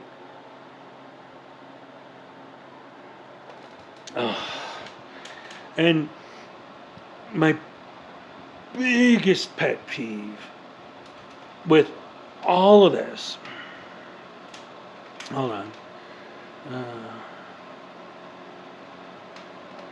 Okay, but so he chose to audit the officers who were protecting the public from a sinkhole instead of the officers who were. Okay, but he didn't go out of his way to audit the cops that were protecting the sinkhole instead of the other ones. He had no idea. It wasn't until the story broke that anyone found out what these guys were doing. And he didn't know anything about it. But my whole argument with that is, all of this stuff came from the Pasco County Sheriff's own body cam footage. They have their own website. Oh, did I just lose connection again? Hello? Am I still on? I don't know. Let me see. I'm sorry. Let me see.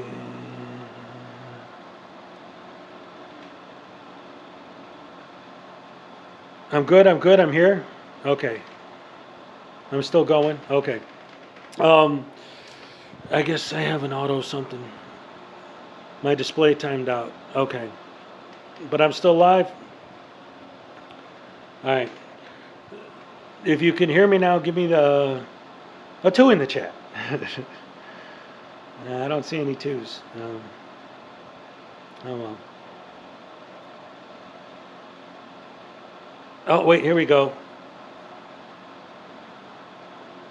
If you fight a channel strike, they get all your info. 222, yes, live. Okay, good. All right, so what I was saying about the Pasco County guys and what was happening with that. My whole thing with that is, it wasn't until the press broke the story that anyone knew about what they were doing as far as the bad stuff the cops were doing. But there's two reasons I mention it. One, because, well, more than two reasons really, but the one that I just went over, and then the other two, um, the idea. Oh, that's what I was saying before it cut off. It came from Pasco County's own body cam footage that they had on their website, right? These guys who constantly try to convince us that they're media, that they're press, that they're journalists, that they're working on a story. The Pasco County Sheriff's Department had all their information on their website with their own body cam footage posted on the internet for anyone to see. If they were real journalists, if they were really working on a story, if that was me, if I was going around telling people that I was a journalist that was cop watching and auditing police, I would go out of my way to Google all the police departments that have their body cam footage posted to the public, and I would be pouring through that stuff every day until I found which departments I need to target and focus my audits on, the ones that are actually doing something wrong. But no, that's not the people they're going after. They're going after the guy who's standing there minding his own business just because he happens to have a badge on. And that's it. That's what makes him a tyrant. Just the fact that he's wearing a badge. Because like I said earlier, if this guy was a tyrant, then you wouldn't be sitting there filming him, calling him a tyrant. You'd be tied to a post getting beat down. It's not the way it works. All right, where are we at? Let's see. Y'all. Howdy, y'all. Oh, unclean. Okay, I get it. Why the world hates the English language. Oh, binary had to go. Oh, he'll be back. English is a messed up language. It is if you listen to the frauditors and the sovereigns. They don't use the English language properly at all. Every word means what they decide they want it to mean that supports their narrative, right? I guess the English language is fluid just like gender is now. Okay, I don't want to No. No. We're not going to go into that now. Every word has 15 meanings. Y'all.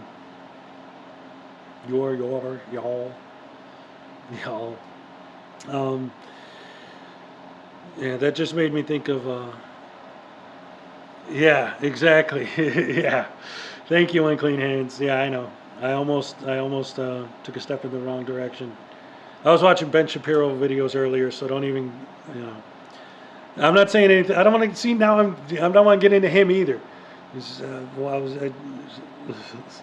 No politics, right? Except for beyond what it takes to deal with these idiots that we all can agree on. And you know what? All right, we're here. We're talking.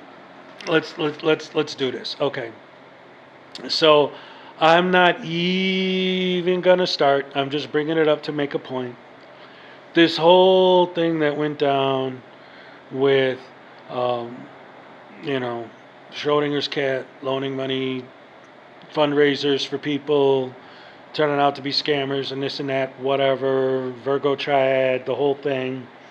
Watching that whole thing play out was like watching a car accident or a dumpster fire. It was a nightmare. But the only reason I bring it up is because that specific situation was the moment, I mean, when it happened, not the aftermath that came within the last month or so, but like at the time when it all was first going down, when Virgo had a fire at her house and the community came together to raise money for her and all that, that was the specific moment that made me fall in love with this community. That made me like, I wanted to be part of it initially just because I was seeing more and more. 2020 brought out the worst of everybody, right? And this whole sovereign citizen thing and frauditor thing and all that seemed to really grow during that year. And especially even like to a certain extent, they fall under the same category depending on if what they're saying, like the Karens, the anti-maskers, anti-vaxxers, whatever you want to call them. All these people that have the same basic philosophy that the government is doing this, then you start getting into a whole other subject, right? But the yes. Well, that's the end of that. Um, well, that was a very old broken chair, and it just decided to finish breaking while I was sitting on it. So there you go. That was fun. Let me raise this a little so I can see while I'm standing up. Okay.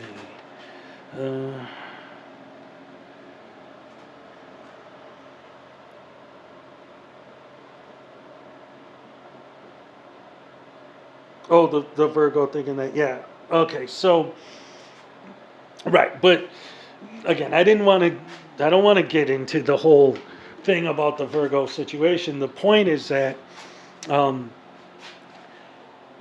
the idea to me was, if you look at everyone who does what we do, and everyone who's on the side of exposing the scammers, and everyone that wants to expose the frauditors and the sovereign citizens and what they're doing and why it's wrong, and to help other people not fall for it, and whatever, all the reasons why we do what we do. Within that group, you have from Vilified Freedom to Team Skeptic and Schrodinger and a Marvel Girl, people with completely different personalities and ideas about religion and politics and everything else, and everyone on all sides, but we all agree that what's right is what's right. What is the law is the law. And even if you disagree with it, there are proper ways to go about that. Randomly shoving your camera in people's faces and giving them a hard time on purpose is not the way to do that. That's not the proper procedure to get the laws changed if you don't like them. They love to talk about the Constitution. To me, it's just my opinion, but one of the reasons why I've always loved this country so much, the idea that America is the best country in the world, not here to argue whether or not it is, but I've always felt that that was because we legally can change the laws, can change the government without having to resort to violence to do so. We have the legal right through the proper procedures to do what we need to do to make those types of changes. That's why, again, I got a video on my channel where I basically just reposted the I Have a Dream speech from Martin Luther King Jr. The reason I posted that was I was trying to make the point that back in those days, in the 1960s, when that happened, there were people who did not want that to happen. There were a lot of people who fought against him being able to do that. But the First Amendment allowed him to give that speech. That's the power of the Constitution. That's the power of the First Amendment. Not, oh, screw you, you tyrant piece of crap, go to hell, blah, blah, blah. That's not the power of the First Amendment, right? That's not the power of us, we the people, being able to make change. Did I just drop my... I'm sorry, my computer keeps going down, and every time it crashes, I'm assuming that I lost my feed again. Yes, okay, unclean hands. That's another reason why I hate what these guys are doing. Because the only way to stop them is to create laws to restrict what they're doing. So now, because they're fighting for our rights, the only response is to take away our rights so that they'll have an excuse to stop them. Like, so your fighting for our rights is actually going to be taking away from our rights as a result. That's the end result of this. if you guys get your way, they're not going to take away driver's licenses.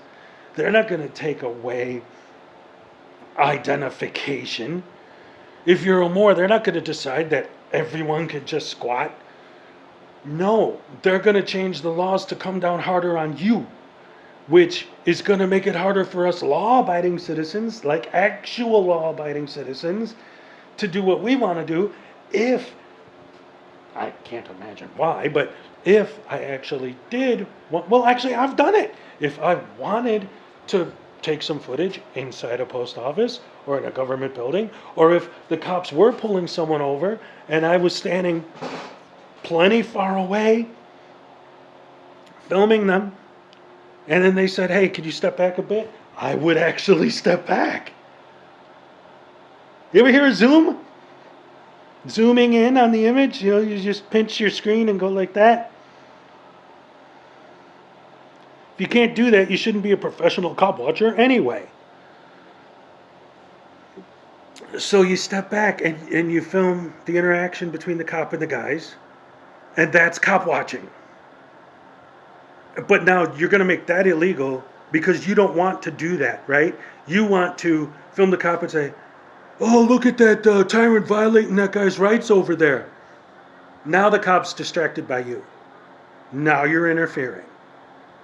Why can't you just keep your mouth shut and film it? Because you're not going to get clicks and views if you do that. It's like telling a toddler no. Martial law, re-education camps, police state. It isn't the Zoom that thing proves a flat earth, bringing things back from over the horizon. Yeah. Oh, goodness. And that's, see, I've never, I know that a lot of these guys, Schrodinger and Radical in particular, a lot of these started out with the flat earthers and then moved on to the sovereigns.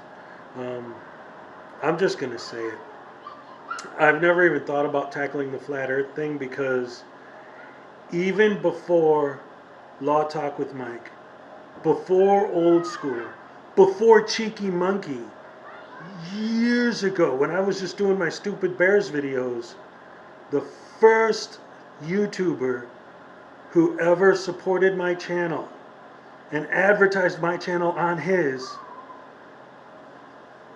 I didn't know this at the time. He's a flat earther. And now he makes Flat Earth Fridays. And he was the first person ever to support my channel, so I've never wanted to...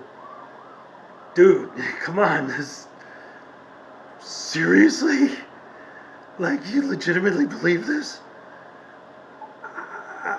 Anyway, so I've never attacked the whole Flat Earth thing at all. Because one, the whole idea is so completely batshit insane to me that I don't even know where to start. And two, I don't want to, give the wrong idea to the wrong person. Came from a military family. Was taught that because we have the freedoms we have, our families have fought for them, we have the responsibility to follow the laws or legally change them. Yes, that's my point. If you don't agree with the laws, and even if, like I was saying, like with the license plate fees, not the existence of license plates at all, or the commerciality or whatever, but the fees. If you have an argument about something, there are ways to go about changing that something, right? Here's another one I wanted to talk about.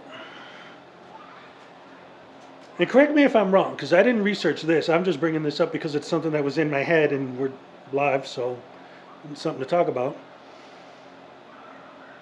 The Founding Fathers, who wrote the First Amendment, wrote it at a time when duels were legal. What were the cause of duels usually? Wasn't it someone being insulted? Oh, you're just a common dandy. How dare you speak to me that way? slap them in the face with a white glove. And it's English, whatever. But wasn't that still legal here? In fact, wasn't there a president who got shot in a duel? Like, the people who created the First Amendment that these people are using as an excuse to insult people because the First Amendment gives them the right to insult you. Wasn't the First Amendment written by people who believed in duels? Like, okay, yeah, I get it. In a duel, even the guy who did the insulting could end up shooting you. But the point is, that's how serious an insult was. That duels were legal. But when they wrote the First Amendment, that's what they had in mind, was that you can use it to insult people because it's covered by the First Amendment? I mean, I know that's a stretch, but I'm just saying the idea of it in general. Like, that's what they... Anyway, let me look at the chat.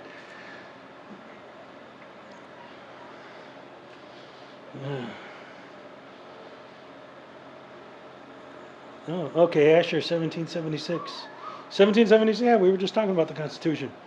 I kind of ran out of notes. I think I mentioned everything I had written down, so now I'm kind of going off the top of my head, which is a little scary because by doing that, I'm not...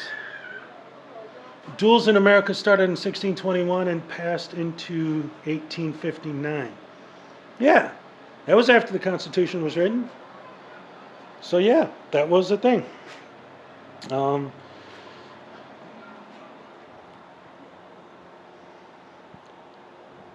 Anyway, this is something I've been wanting to say for a long time. This is something that I've wanted to do, but I never had a position, had an opportunity to do it, because I've never run into one of these people in the wild. But I have a plan. I know how to combat the fraudators. I have an idea. Something I think will help. What I wanted to do, I wanted to make a video about it, but I wasn't sure how to go about it, but I was going to start with the George S. Patton thing from the beginning of the movie Patton, where he's standing and they play copywritten music, American music, and then he gives his speech. But the reason why I haven't done it yet is because I've been trying to rewrite the speech to fit my narrative, and I can't do that whole George C. Scott, right? So I guess I'm just going to lay it out here. It was supposed to be like a call to action, like, well, military, this is what we're going to do, people.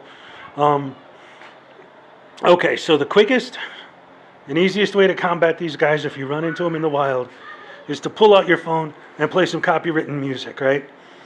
And if you don't want to go, no, not bringing back dueling, old school.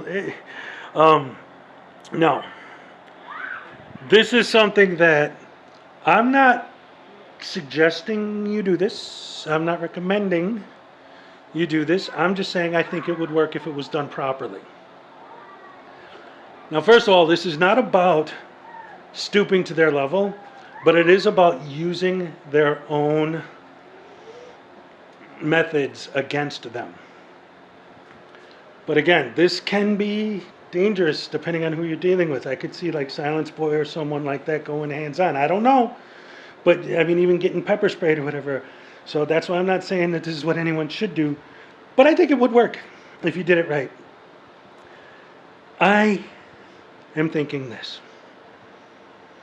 You see a frauditor in the wild. You pull out your phone, and you start filming. And you walk up to them. Really, really close. As close as you possibly can get without actually touching them. What are they going to do? Back off. You're telling me what to do? What are you, a tyrant, barking orders at me, telling me where to stand in a public place? You're in my private space, man. What law is that? Show me the law that says that I can't stand close to you. Dude, that's not right. You can't do that. What law? What law says I can't do that? Get as close and stay as close to him as you can. Stick on him like glue. Just don't touch him. Just don't touch them. Stay as close as you can and get right in their face.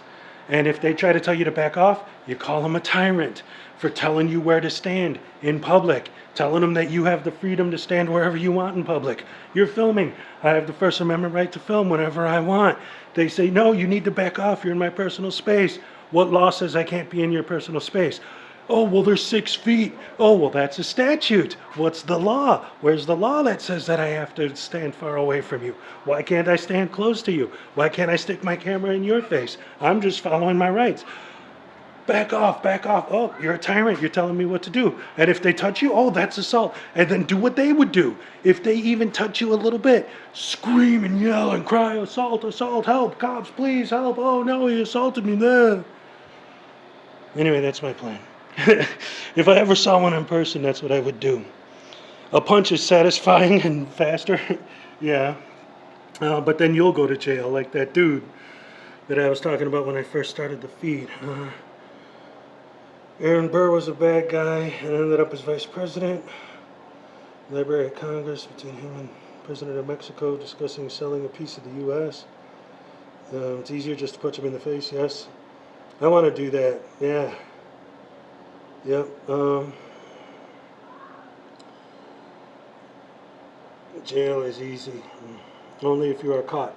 Yeah. But anyway, that's my idea of what I would do if I ever ran into one of these guys in person. I would love to do that. And again, it's not about stooping to their level. It's about using their own arguments against them. Oh, and this is the other part I was thinking about. If you did that, and it turned into an argument, and it didn't go hands-on, if it got to the point where the cops did come, you have a distinct advantage over the frauditor. Because as soon as the cops show up, and this was going to be part of my thing, like if I was doing the whole patent thing, like it would be part of the command, like if you go into battle with these guys and you do this, and the police show up, you must follow these certain rules, right? And one of them was, no matter what, like if the cops show up, they don't know what's going on. They just see 2 dudes with phones pointed at each other arguing in the parking lot or whatever, right? So the cops show up, they don't know who's wrong.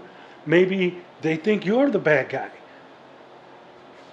Doesn't matter if they think you're the bad guy. It doesn't matter if they think you're wrong.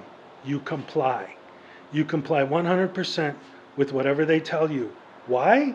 Because you know that the frauditor won't. Oh, you want my ID? Here it is. Oh, you want to know what I'm doing? Oh, I'm filming this guy because I know his YouTube channel. I saw him like a celebrity, like pretending like you met a celebrity. Oh yeah, I saw him on YouTube. I wanted to say hi and get some footage of it, for my YouTube channel. Whatever it is, right? Tell the cop, cooperate 100% because you know the frauditor won't. And then even if the cop thinks you're wrong, as soon as he realizes the other guy refuses to ID, he refuses to explain why he's there, he refuses to cooperate, it's going to start turning real quick to maybe that other guy's the bad guy. Maybe the guy who won't cooperate with me is the bad guy. Why is he hiding his identity from me so much? I don't know. It's a theory. Binary left? Dueling banjos. Yes. 24 muscles to frown, but only 3 to punch someone.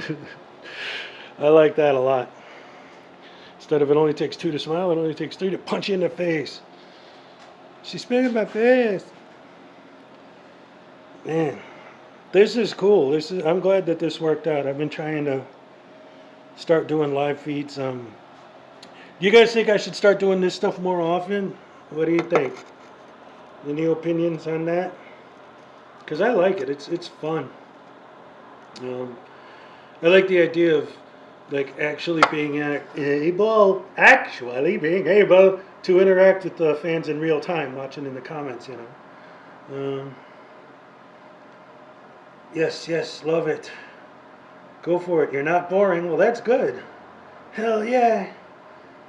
Keep these going. Oh, I love it. I'm glad everyone's enjoying themselves.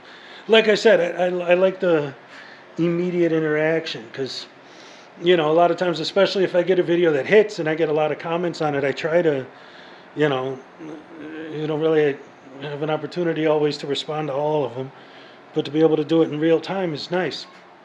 Um, but like I said, right now is just perfect because, like, for anyone who wasn't here earlier, my house is being remodeled right now. That's why I'm out here all day. So I figured I might as well just try going live and see how it works out. So, yeah, I don't know. What is today, Saturday? Anybody watch pro wrestling? They got that big AEW pay-per-view tonight, I think. Mm, I like that stuff. I got it's more this sort of thing. If you promise to remove that, this, I have to wear my Perry the Platypus hat. That's my trademark, man. Um, all right, hold on. Wait, hold on, wait.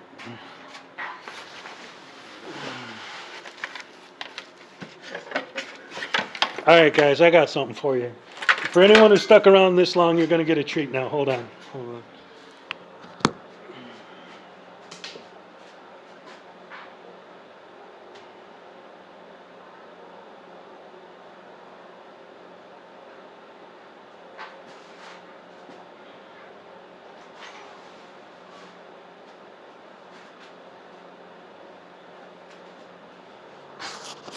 Hey guys, what's up, man? Hey man, you like my new haircut? Yeah, man, it's pretty hip. I've been hanging out with those what was frauders, man. Those guys are crazy, and they're telling me about the First Amendment and all that nonsense. But it's cool, brother. It's cool. You know, I'm just chilling. What y'all been up to, man?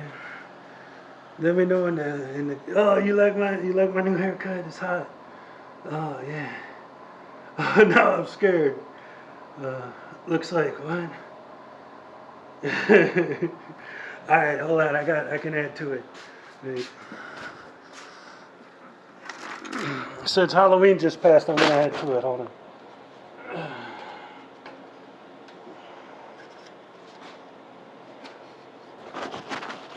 Oh no! Look out, brothers.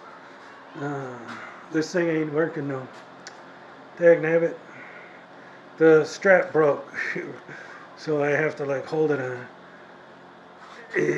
This is from my infamous video that like everybody hated because it was too long, where I said that the masks came from Satan himself, digging them from the bowels of Cthulhu, and that's why people are anti-maskers. All right, hold on, I'll get rid of this. It's just for funny.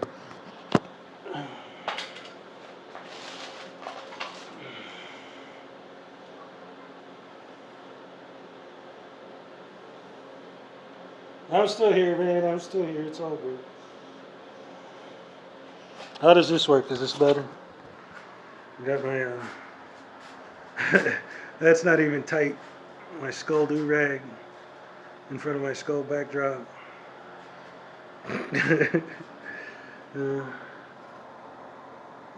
view is better there. Not today. Get thee behind me, Satan. That's right. Hello, baby. Yeah, man. I don't know. Let's see. What else do I got in here? I got all kinds of... This garage is basically my studio. I do all my filming and stuff here. This is my green screen right here. A $1 green tablecloth from the dollar store. I got a bag full of stuff. What is all this garbage? Yeah, just clips and stuff. All right, so let's try this one.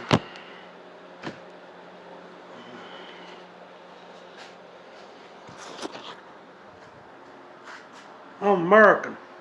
Now this hat actually also comes from one of my videos.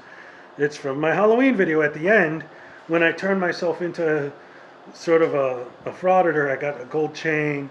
I'm holding this thing because fake Mike always has the whisk, so I'm holding this thing and I'm doing the Thriller dance.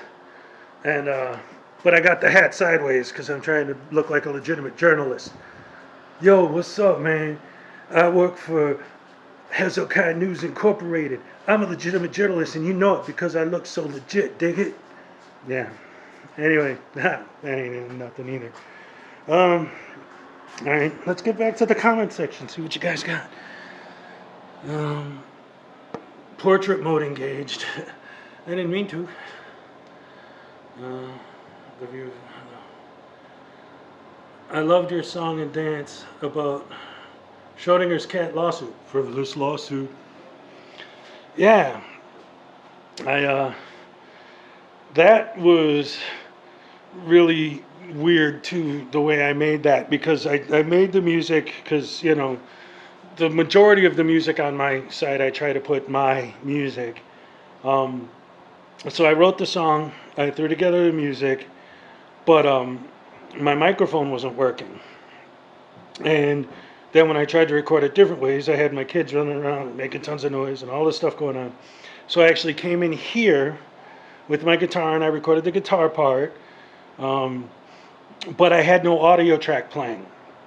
I had the music all recorded in the house, and then I came out here with no music. That's why when I'm playing the guitar, you see more of Glenn Serial's butt than you do of me, because since I couldn't hear the song, I couldn't match up my fingers to the sound. And then I did the rap, and I did it in chunks so that if it didn't match the audio, I can cut and paste the chunks of the rap together to make it flow smooth. So that took a lot of work, a lot of editing, but it was worth it. Everybody loved that video. It's one of my more popular ones. Let's see.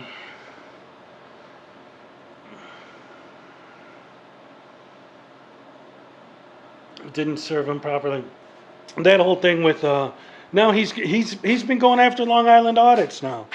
He's after Long Island audits because Long Island had to write an apology letter for whatever. If you've been following him, you know I've already given that guy too much press on this video. But yeah, it's, you know what? What time is it? It's after 4 o'clock. I'm popping open a Four Loko, damn it. Oh, and look at this. I love eggnog. I got the alcoholic eggnog. That's for later though. Right now I'm doing the Four Loko fruit punch. I got the Crown Royal in the house, but saving that for later. Later. We're gonna chill. We're all gonna hang out and chill tonight. I think next time I'm gonna rename it Hanging with Hezekiah. Oh, eggnog, yes. Wanted to serve Schrodinger's cat. Personally, unfortunately, he doesn't work that way. He needs a sheriff. Yes, he definitely needs a sheriff. That's the point. These guys never want to follow the law. They want to follow their idea of what they think the law is. Anybody want me to explain common law? Anyone not know what common law actually means? Let me know. I'll let you know. Jägermeister? I hate black licorice. Black licorice is one of my biggest enemies, and Jägermeister just reminds me of black licorice. Yeah, it is. Jaeger is gross. Alright. Do you all know what the actual definition of common law is? I'll get into it if you don't. Anyone? Hello? Everyone's just talking about Jägermeister now. You see I'm hitting these Four Lokos. This is going to get fun fast. Only 2 shots ever. Hey! Hello, baby. Hey! I know what common law is in the UK. What is it in the US? Okay. So, basically, what these guys always like to say is, I'm under common law jurisdiction, blah, blah, blah. But they don't understand what common law actually means. This goes back to what I was saying earlier in the feed about how they seem to think that there's like a secret language that the judges and the lawyers and the cops know. And since they know it, they're in on the big conspiracy or whatever. Common law basically is common laws, right? Like, you go to a judge and you say, I'm running under common law. They're talking about common laws. Like maybe something that isn't technically written down as a law, but there are cases that you could look at in which judges found a certain way in different cases at different times that they all have in common, that has become sort of accepted as this is how it works, this is what it is. In all these different court cases, they always found in favor of this or whatever it is, and that's common law. But when these frauditors say it, when these sovereigns say it, they're thinking in terms of like me and you and the guy across the street and the other dude. We're the common people, so we follow the common law, which is basically our law. Or they'll go back to, Magna Carta, or what British common law, you're talking about common law in the UK, what that used to be at the time of the founding of this country, right? They're saying that they're following common law as in what common law was back then, or how common law was defined at a different time. But when they say that word to a judge, that's not what the judge is thinking. The judge is thinking of what we call common law. Like, it's common law. And that's why there's always that disconnect. Like, they think they know the secret language, but they don't. And they think the judge knows exactly what I mean. But they don't, because they're thinking of the actual definition of the word, not your definition of the word. I don't know if I explained that well, but like I said, I only had stuff prepared earlier. I don't anymore now. It's all just off the top of my head. I might gonna have to get out my glasses now that it's starting to get dark out. I like black licorice. What are you, nuts? Is based on decision passed. Yes, exactly. Decisions passed by judges. Not necessarily a law, but taking all the judge decisions over time and that they have in common is common law. Precedent, yes. Perfect word for it. Leave common law to be handed down by God. Oh, okay. See, now you're talking about those people. Oh, see, there was that guy who tried to tell the judge. I don't know if you guys saw this video I got. It's one of the clips that I'm going to be using. Oh no. Did I stop? It says something bad here. Still crazy after all these years. The Ten Commandments. Basically,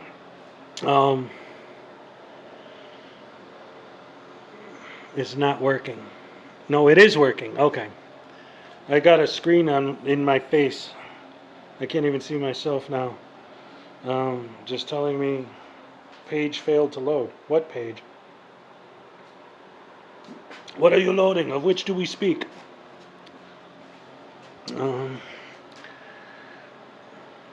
Leg gun holders. And fill it with Swedish fish. That would be awesome. Let's see. I see the screen, yeah. I guess everyone can see it. Oh, wait, you see the screen, the failed to load screen? Oh, dagnabbit, let's see.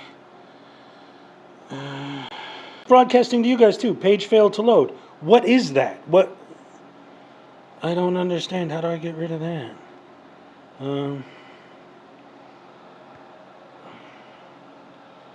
Dagnabbit. I think I just killed myself here.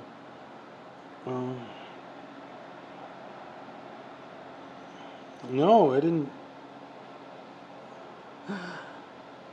Can you still hear me? I'm stopping it? I didn't mean to. Yeah. Let's see.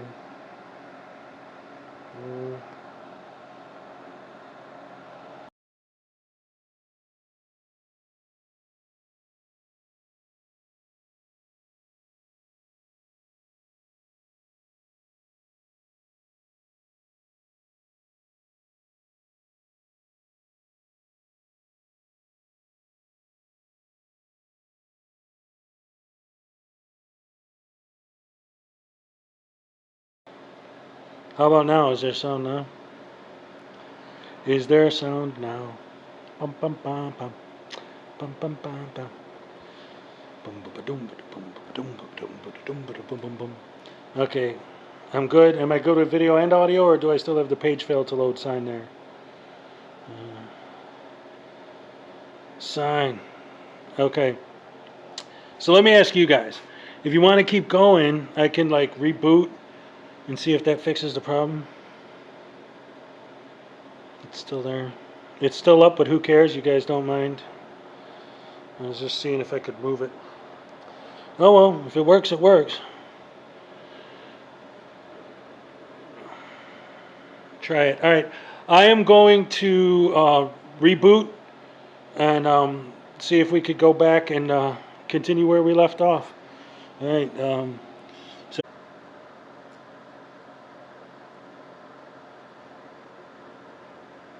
what's up? Yay! I got it going again.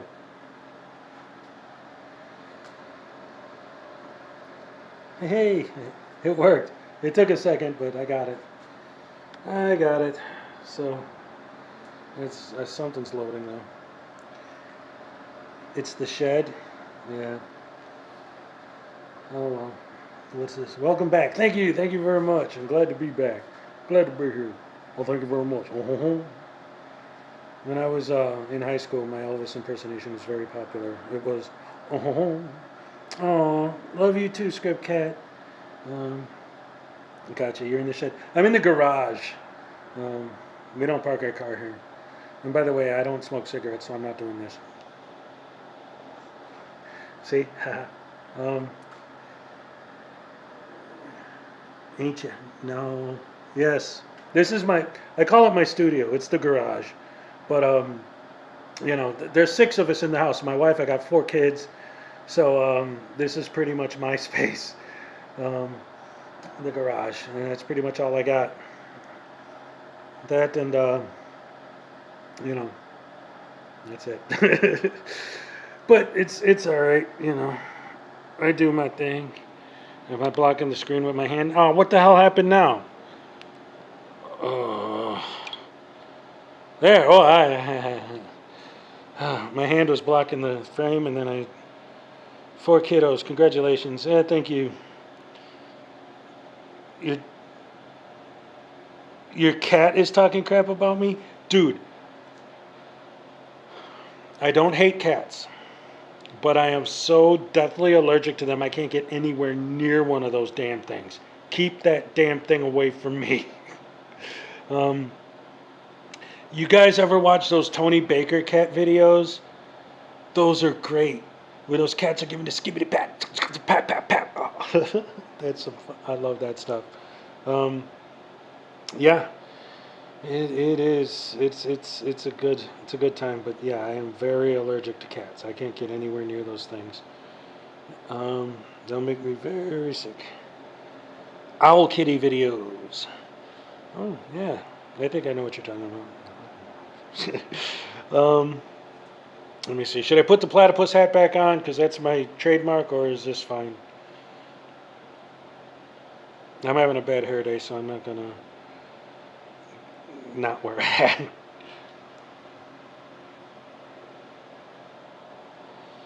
Yeah.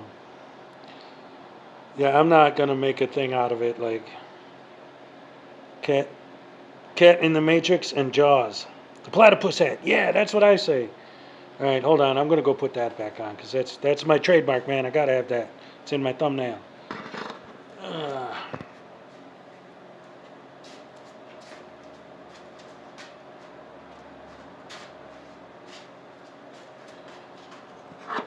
Anyway, in case you didn't know, I have like I've mentioned before that in my videos, I try. I mean, obviously, I use some copyright music. I try to keep it on stuff that won't get me a strike. But the majority of the music in my videos is my music, and I actually have a separate page just for my music. I used to be a DJ back in the 90s. I used to do the underground raves and all that. Lots of hardcore kind of stuff. And My DJ name was TR573. Well, that's the name of my music channel. So if you look up TR573, there's like some kind of a stand that's a model number TR573. So if you just search for that, you'll probably find a lot of links to that stuff. But on my page, you'll see a link to TR573. That's just my music channel. If you wanted to check that out. And if you like any of the cover art, that's all my art. Everything, I drew all the pictures myself. So that's just a little plug for my own thing. And then, of course, I'll plug my kids' channel again. You'll see Son of Hezekiah. And what's his other channel? It's not Scrappy Godzilla. That's my little guy's channel, but he doesn't really have his own channel. He's only 6. But what's the other? I can't believe I forgot the name of the other one. He's going to be so mad at me if he watches this and sees I forgot to plug his channel. Son of Hezekiah is one of them, but then he has a gaming channel. Oh, Mighty Morphin YouTuber. So if you guys want to check that out, if you're into gaming or whatever. He doesn't post a lot, but that's because he has no subs. He feels like, well, why am I going to waste my time doing that? I'm like, well, I mean, that's how you build subs, by doing it. I've been doing this for 10 years, people. And I just started to pick up once Law Talk with Mike and Schrodinger started talking about me. Anyway, what's up? I've never had a bad hair day. Why, you bald, old school? Is that the joke? I used to dance a lot. Yeah, man. When I was a rave DJ, I had a lot of fun. I actually got hollered at once for getting too loud, believe it or not. But that's, you know, that was a long time ago. I was a little bit of a different person back then. I mean, it was still me, but, well, I mean, you know what was going on back in the 90s. The 90s were my 60s, right? Like, the music that was going on in the 90s was fantastic, and it was all new and fresh and exciting, and I could imagine, like, you know, in the 60s, with all the music that was coming out, how exciting that was for them. My channel has 2 subs, and I'm the 24th name. Hello, baby. Well, I might have to sub to your channel then. Tie-dye was in for a while, too. Yeah, it was. See, like I said, the 90s were my generation's 60s, man. Us Gen Xers. There was a lot going on back then. If you ever see the movie Kids, that hit a little. I mean, I wasn't one of them, but I knew plenty of them when that movie came out. That hit pretty hard. A lot of troublemakers back then too. Don't sub, just saying. Aw, well, I'll check it out anyway.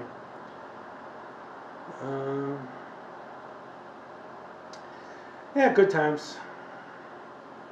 Trying to get something done. So anyway, those are my plugs. What else we got? How is everybody? How you people? Trans girl, welcome. It's good.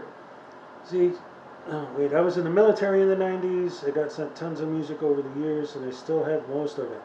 Yeah, see, the 90s for me were the last exciting time for music. Like, I don't want to be one of those guys that just comes down on modern music real bad, but I don't like it.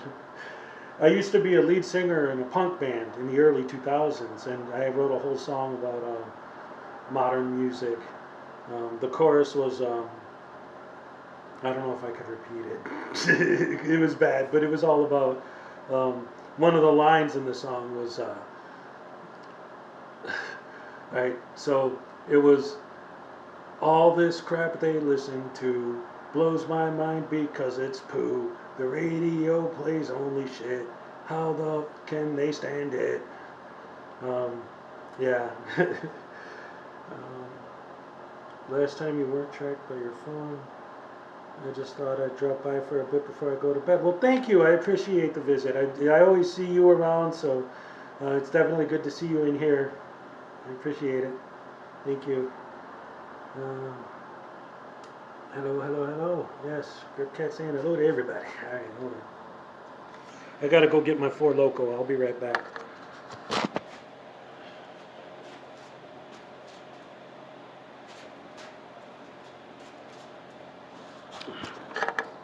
I'm doing this on my phone, and my battery was getting low, so I had to plug it in. So now I have to kind of stay here because the cord is very short to keep it plugged in while I'm doing this. I love this. Did everybody watch my first proper video? Yes, I know, shameless self-promotion. Well, we definitely will. I didn't even know that you were doing videos yet. Yeah, I'll definitely check that out. See, whatever went on, like I mentioned earlier, my whole thing with the Virgo thing, but whatever's been going on with the community, as far as I'm concerned, we're still a community. We're still strong. We still stick together. We're all on the same page, ultimately, right? There's this really bad scene out there, and there's plenty of people on YouTube that are doing that and spreading that, so there has to be plenty more that are doing the opposite. You know, they need to be stopped. It gets so frustrating watching these videos sometimes. I'll be honest, every once in a while I have to take a break because I get so angry watching these videos. I get so frustrated with the way these people act. Every once in a while I gotta just like go watch a bunch of like Tony Baker videos or something, or whatever, just something that Norm Macdonald, after Norm Macdonald passed, I just went crazy just watching Norm Macdonald videos.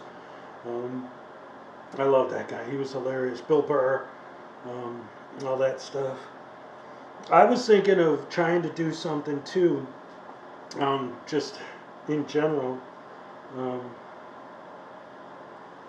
like all these people who do reaction videos, like they play a song or a movie or whatever and film themselves reacting to it in real time and then edit together, and that's their video, the reaction videos.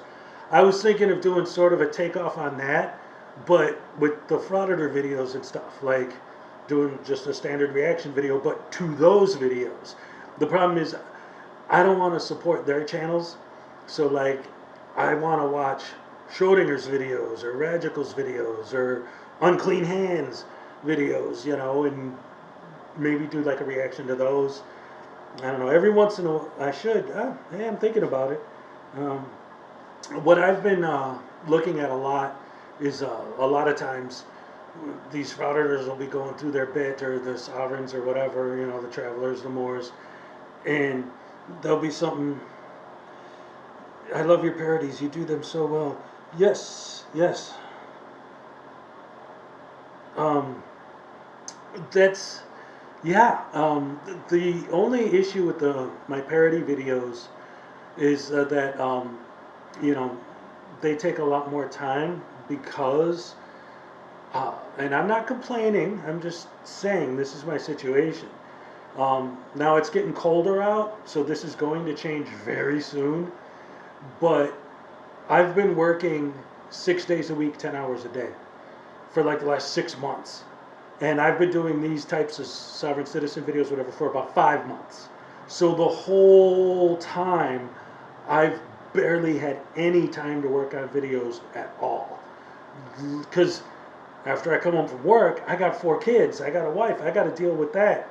You know, so I don't have a lot of time to just sit and film videos and record videos and take care of my stuff. So I'm trying, but like I said, as winter comes,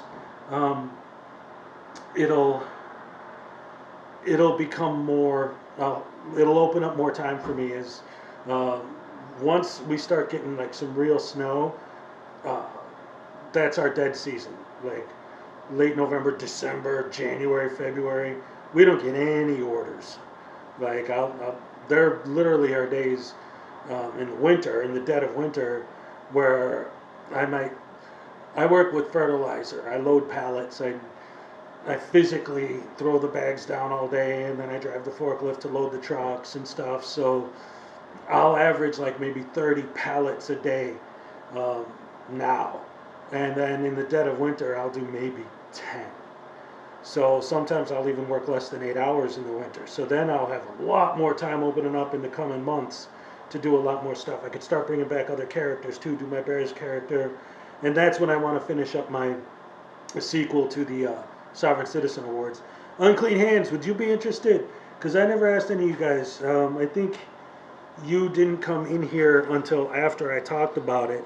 So I had a video I did a while ago called the Sovereign Citizen Awards, and in that video I gave awards for, like, for example, P. Barnes won the award for best tasing. There's another one that was best window smash, and it was one of the cops who did it with his bare hands, and things like that. Just crazy categories where we're basically making fun of these people. Best beat down, like a frauditor getting actually, people going hands on with them or whatever. So I wanted to do a sequel with that, the 2021 Sovereign Citizen Awards. But this time, I wanted to do it like with the Oscars. They have celebrities come out and say, the nominees are blah, blah, blah, and the winner is blah, blah, blah. But I wanted to get other YouTubers to come in and be those people. And you, Unclean Hands, are one of the guys that I wanted to ask if you'd be interested in doing that. So I don't know. Interested in what? That's what I was saying. What's this shift? I did 6 hours and 6 days a week in resort spas. Yeah, I've been working. Sounds like fun. Yes. See, I want to get as many people involved as I can, and you were one of them on my list. So thank you. I'll try to get in touch with you and let you know what I would need. Yeah. Oh, well, I mean, either way, I'm going to do it. It's just how many other YouTubers I can get involved is the only real question. In fact, I'm already editing it. I'm trying to pick all the best clips, to use. It says you work a lot. Yeah. Well, 10 hours a day, 6 days a week, that's a lot. Generally, I wake up at 5 a.m., get home from work around 4, depending on the day and how busy we are. I'm sorry, 4 Loco. And just, if you're a 4 Loco fan, that's great. But this is more because it's cheap than because I like it. But I mean, that's why I got the fruit punch, because...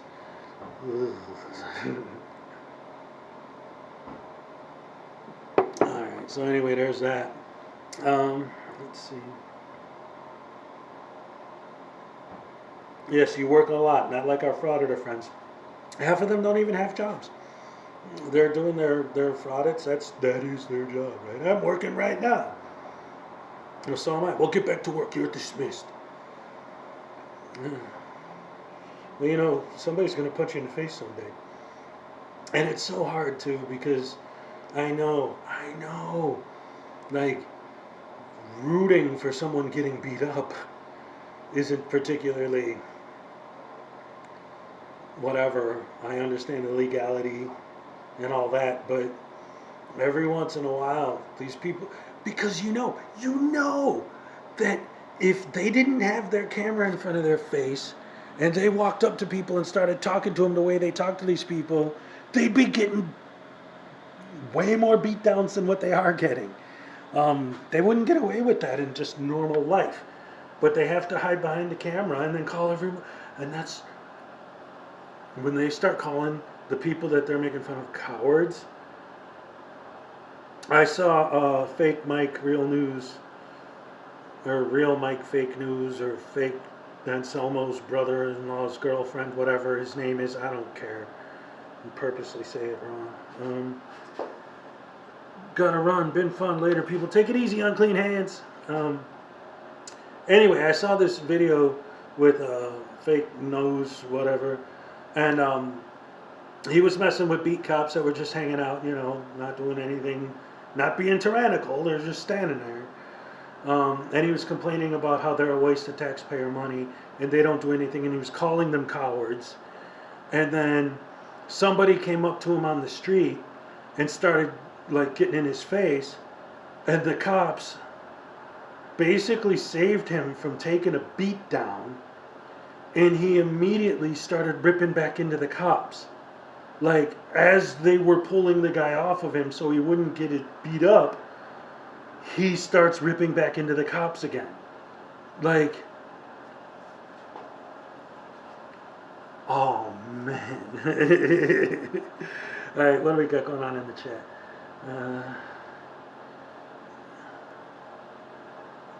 Independent journalist, yeah, I don't think so. Making videos while harassing cops, didn't get a reply. 2 or 3 people. Yeah, I mean one of the that's one of the ways to kind of try and fight this is to report them for TOS and whatever. But I mean ultimately that's part of the game they play, right? There's the line from legal to illegal, and they walk the line as much as they can, but they go out of their way not to cross it sometimes. Because the more you look into it, the more you realize that some of these guys are either in prison or have done time.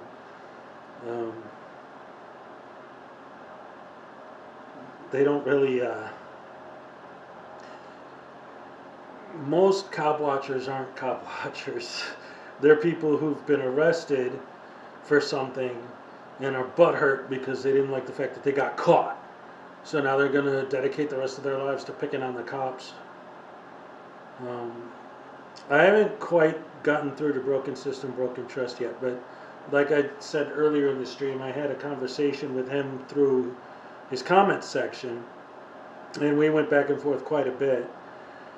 And, whatever happened to him in his personal life is none of my business, and I never asked him. But just based on the things he has said and the way he has said them, it seems very much to me like he's someone who got busted for a minor drug offense, and because drugs is a victimless crime, now he hates cops and they're evil and they're tyrants and how dare them arrest me for drugs or whatever. Like, you say whatever you want about whether or not those laws need to be changed. If it's illegal and you get busted, you knew it was illegal when you did it and you got caught. Like, we could talk all day about whether or not it should be legal. You knew it was illegal when you did it. You got caught doing it. Take your punishment like a man. Grow up. Oh, sorry. All right, you got me. All right, I'll pay my little fine. All right, what do we got? In case he went to a police station to complain, and truth be told, the cops could have handled it better, but I just object to them calling him a journalist. Well, that's the thing, and I was talking about the Pasco County Sheriff's Department earlier. Like, I don't think any of us who are at least intelligent do not understand that there are bad cops, that cops do things wrong, right? The problem that I have is with the overwhelming majority of the videos I watch of these cop watchers is them giving a hard time to cops who literally aren't doing anything wrong. Like I said earlier, you ask someone for your ID. Just them asking is immediately a violation of your rights? Seriously? How do you even come to that conclusion? Like, if they just ask for ID, they're a tyrant. No. If they were a tyrant, they would have you handcuffed to the ground and they'd be beating you with their nightstick. You wouldn't be standing there filming them, calling them tyrants. If they were tyrants, they wouldn't put up with that. Most of them are psychopathic tendencies. Usually goes nowhere, but worth a shot still. I see that. The idea of sociopaths.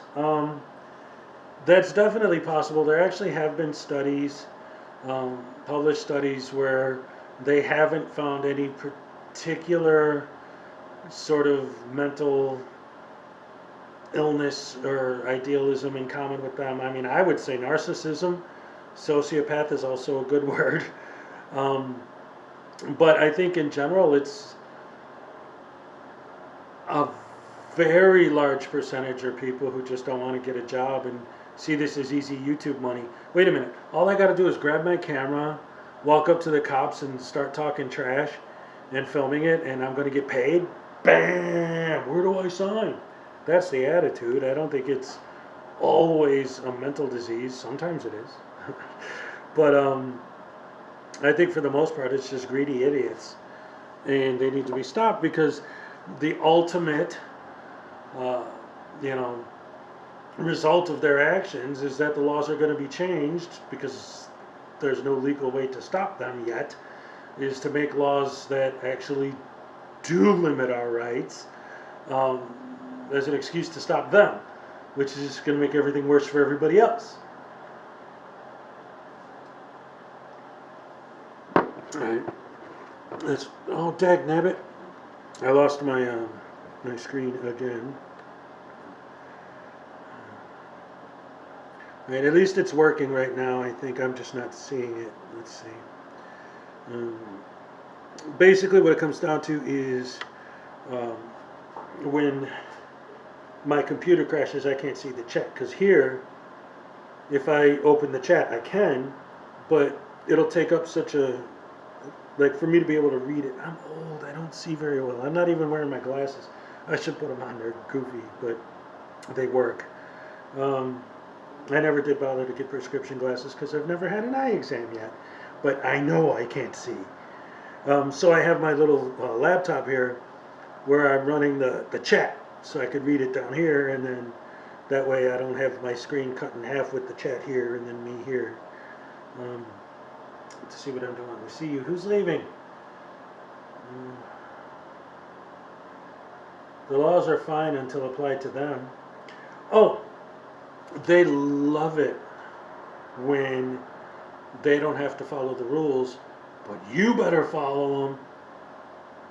Don't let me catch you not following the rules. Statutes don't apply to me. Oh, I thought you had a statute that said that you had to identify yourself. I thought statutes didn't apply, but they do when they're working for you, but not against you. Hypocrites. Are your glasses just as goofy as your hat? More. Hold on.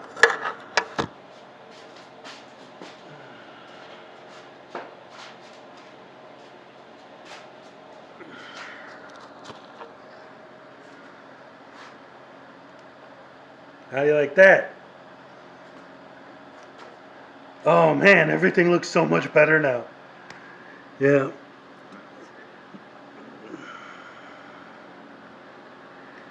Okay, not doing so just makes you seem sus, so they're just likely to try and detain you longer and make your life pain. You need to ask for it. They just can't stop you and ask for ID. Love your glasses. Thank you, Script Cat. They're nice on you. Oh, thank you. Wow, reflection, man. Yeah, but I like these because they got headlights, right? This is great for reading books at night. Dude, I just finished Moby Dick. These things like saved me and made it even possible for me to read it. Love them. Yes. Thank you, trans girl. Yeah, seriously, these are great. And they're basically just magnifying glasses with lights that you can wear. That's it. It's just a magnifying glass that has a light and you could wear it. But I use it for reading. They're my reading glasses, basically. Blinded trans girl. All right, so listen, talking about the stopping and IDing, okay? This goes back to what I was saying earlier about the narrative never matches the content. The narrative is, especially if you're not in a stop and ID state, cop just can't walk up to you and say, give me your ID. But that's not what's happening with these people. Watch these videos. That's not what we're talking about. That's what they're talking about. That's their narrative. But that's not the reality of the situation. That's not what you see in the video. What's happening is they're standing there going out of their way to get a reaction. And then when they get one, they get mad. They get upset. You're violating my rights. It's all BS, because the only reason they're doing what they're doing in the first place is to get that reaction, because that's what gets them the clicks and views. If they're just filming and nobody bothers them, there's no reaction, there's no reason for people to watch their video on YouTube.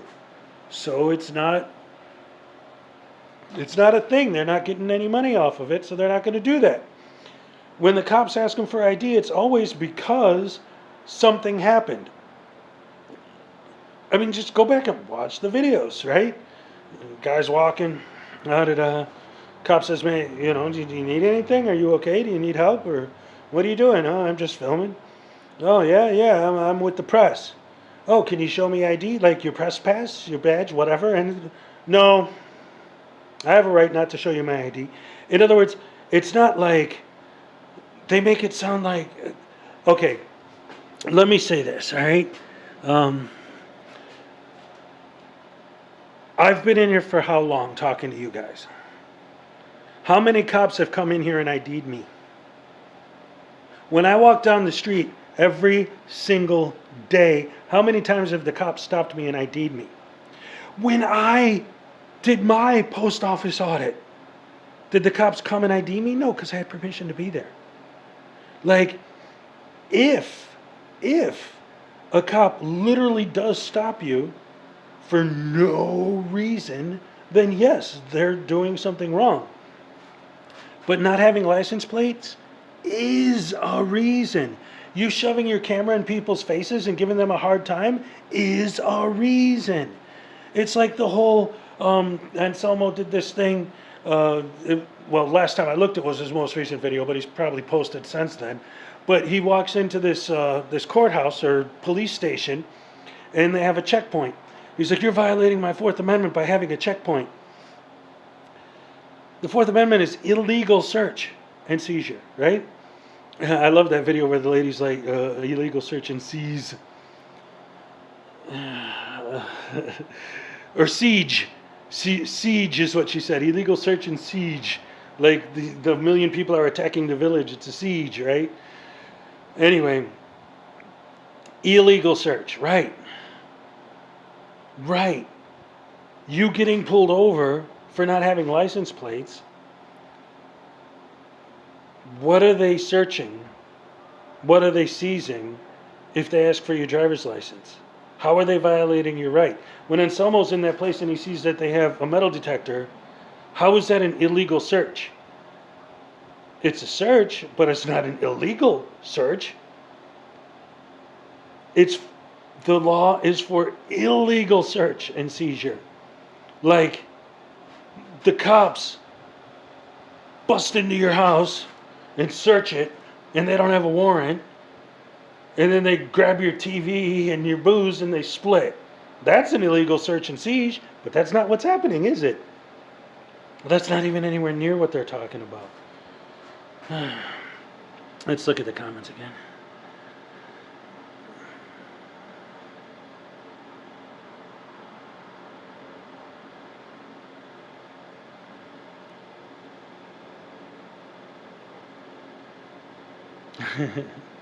Yeah, you're not in America now. See, that's another thing that I love, especially watching videos of people that are in Mexico or crossing the border, and start like, okay, there's that one. It's one of the ones that I'm working on actually to add to my Sovereign Citizen Awards for 2022. The guy who's crossing the border, and the Border Patrol asks him if he's an American citizen. He says, well, I choose not to answer. And he says, and I have the right under the First Amendment or whatever, Fourth Amendment, whatever he quoted, not to do that. Well, if you're not an American citizen, then those don't apply to you. And if you are an American citizen, then all you had to do was say yes. And he was in commerce. So he didn't even have that excuse. He was driving a truck. He was in commerce. So he couldn't use that one. So what's his excuse? I don't know, but I hope he got fired. I mean, they had to bust his window open because he was being an idiot.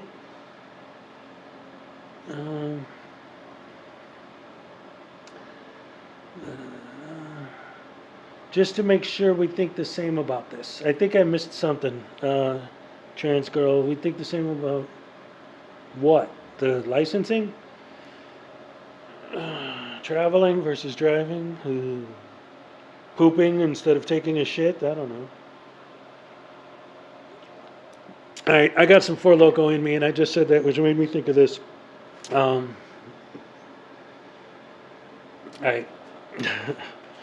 So I wrote this song a long time ago, and let's see what you think about it. Can't believe I'm about to do this. All right, so um, that song, I don't care, I love it, right? So I rewrote it, and in my version it was, I like to swear, I like to curse, I like to say bad words. I love to swear and curse and say bad words. That's why I don't poo. I go shit. Anyway, that's that. Um, yeah, about the IDs. Yep, absolutely. Um, Trying to cross the border with their BS, it never works. It shouldn't. It's LOL. That's right. Um, I'm trying. The Yeah, the border thing is just, to me, that's insane. And did you guys see that video of the dude who was driving across from Mexico and drove through the gate, like literally broke the gate, like drove through it, and then when they tried to stop him, got mad at them for coming after him because he had his kids in the car? Why would you pull a stunt like that when you have kids in the car? What the fuck? Oh. Oh, good night, trans girl. I have seen that. Yeah, it's. See, that's when you know that's the difference between a basic scammer and a true believer. When you're willing to go that far to put your children at risk and then get mad at them for. And why are there so many people who love to go to other countries and talk about their American rights? You're not in America. You're in Mexico or the UK or wherever you are.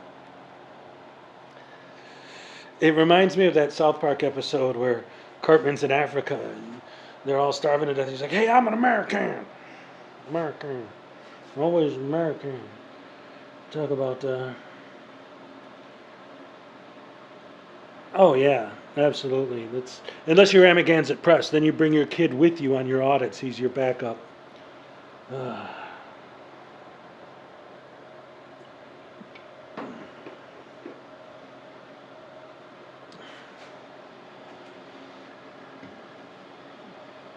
He's wanted, I'm sure.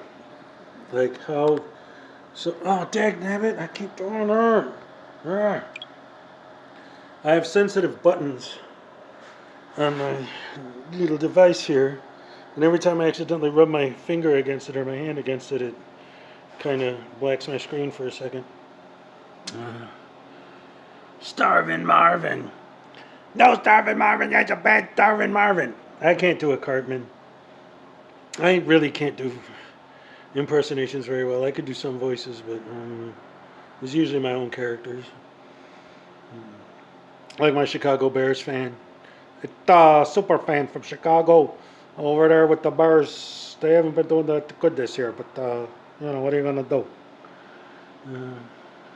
Sensitive buttons. Is that a euphemism? Not while I'm live. Let's see. Chris likes to speak his own version of Spanish.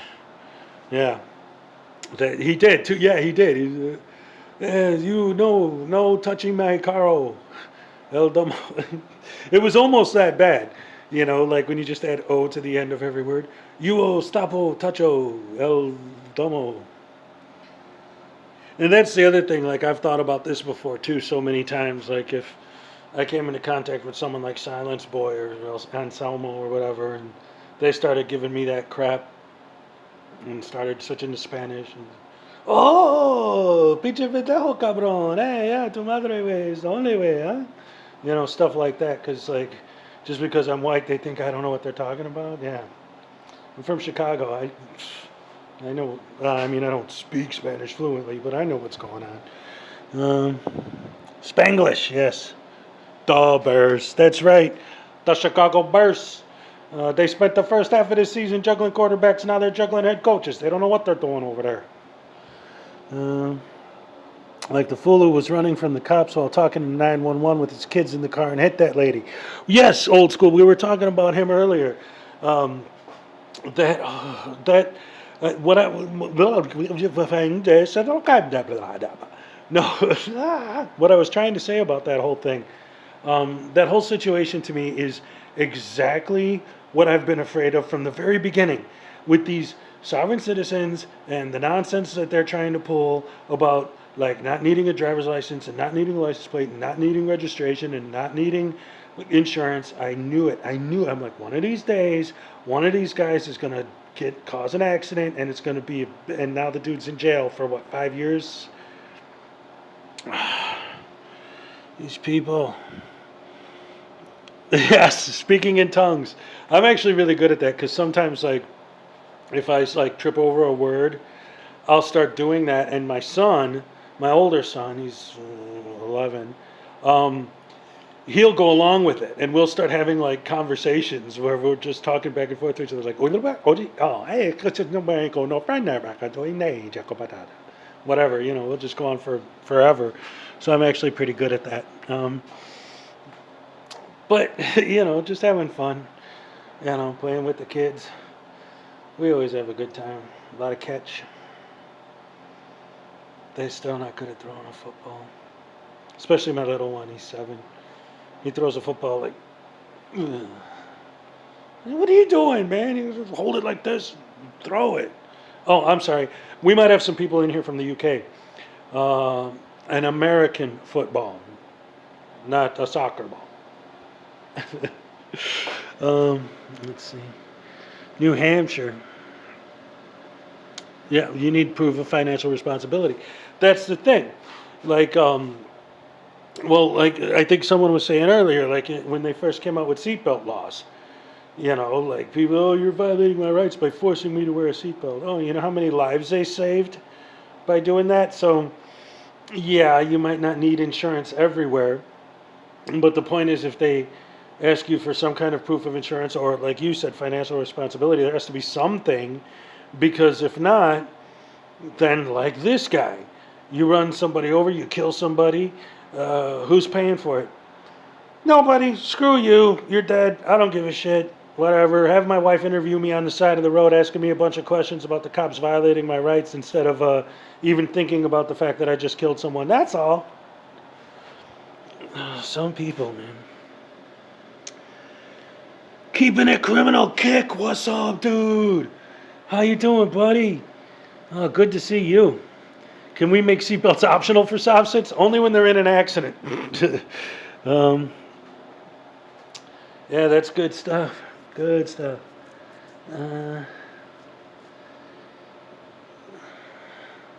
Hey, Kick, I wanted to ask you something, man. I was talking to Unclean Hands about this earlier, and he said he was down with it. I had a video a while back called the Sovereign Citizen Awards, and right now I'm working on editing the second one, the sequel. But this time I wanted to do it like, kind of like the Oscars, where like I would have, like the Oscars, they have celebrities come out to read the nominees are blah blah blah, and the winner is blah blah blah. So I wanted to get you guys to read the nominees and the winners, like you and Schrodinger and Unclean Hands and Law Talk with Mike. I wanted to get you guys involved. I was wondering if you'd be interested in something like that. Right now is announced a modest proposal regarding the seatbelt and helmet laws. Nice.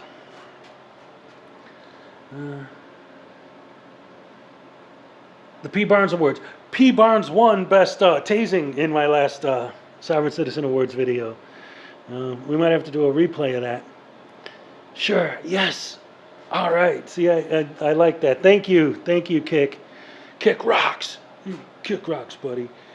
I'm glad to see you in here too, because I don't know if you even realize it, but there was something you did recently. Oh man, am I off again? My video's frozen. Can you guys still hear me? Oh, dag nabbit. My Wi-Fi's acting crazy all of a sudden. If you guys could still hear me, give me a 1 in the chat.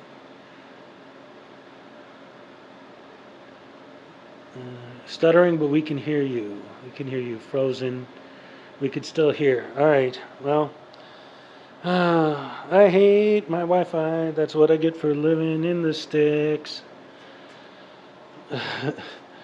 All right, Taco Josh. I got you, Kick.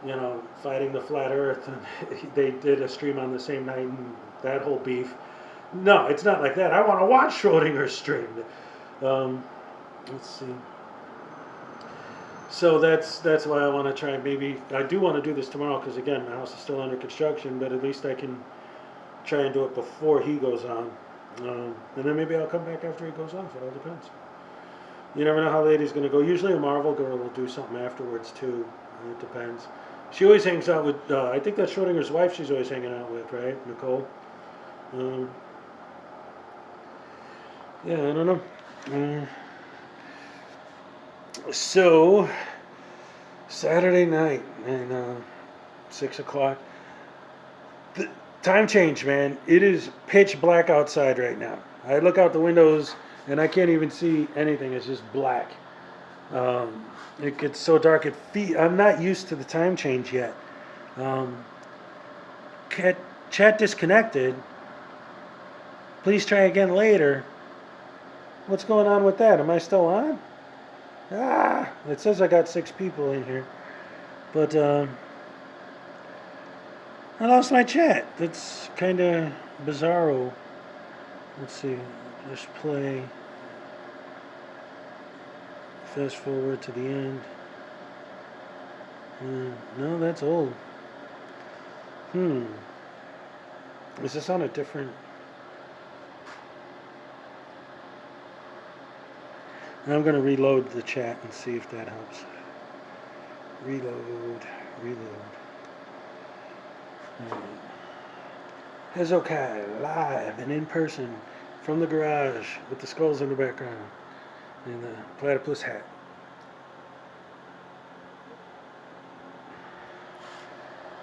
No internet connection on my computer. Okay, that's lame. That's how I was watching the chat. So as far as I know, you guys could be talking to me right now. And I can't even see it. Let me press the chat button on here and see what happens. Hold on. Okay. Oh. Hi, Keith. Yeah, alright. I just put the chat on my screen, so I guess I don't have to rely on my computer. See, I'm learning how to do this as I go. This is my first real,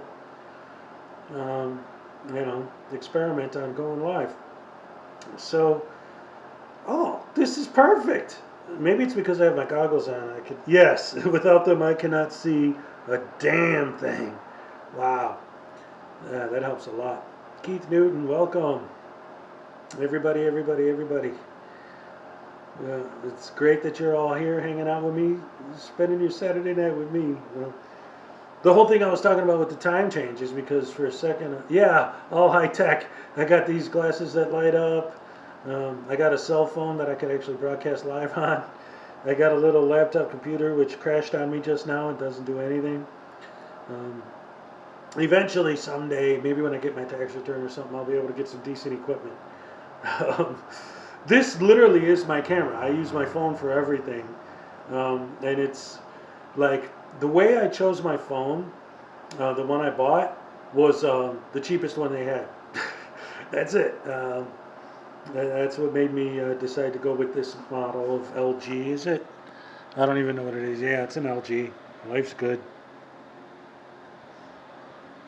Or Logitech Enterprises, or whatever. A 13-year-old MacBook with 4 kids. Keep dreaming. Yeah, right? Never have any money with that. Yeah, that's... I love my kids, but they definitely soak up a ton of cash.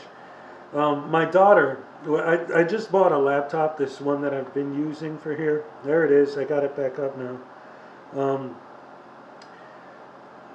This is another one. I bought it because it was refurbished. At least I don't do portrait. Welcome to portrait mode. No, I know better than that. I'm not a frauditor. Yeah, with the kids, I love them, but they definitely do take up a lot of money. There's no question about that. Vertical video is a crime. Yeah, I know. Most of those frauditors need to get arrested for that, too. I'll be right back.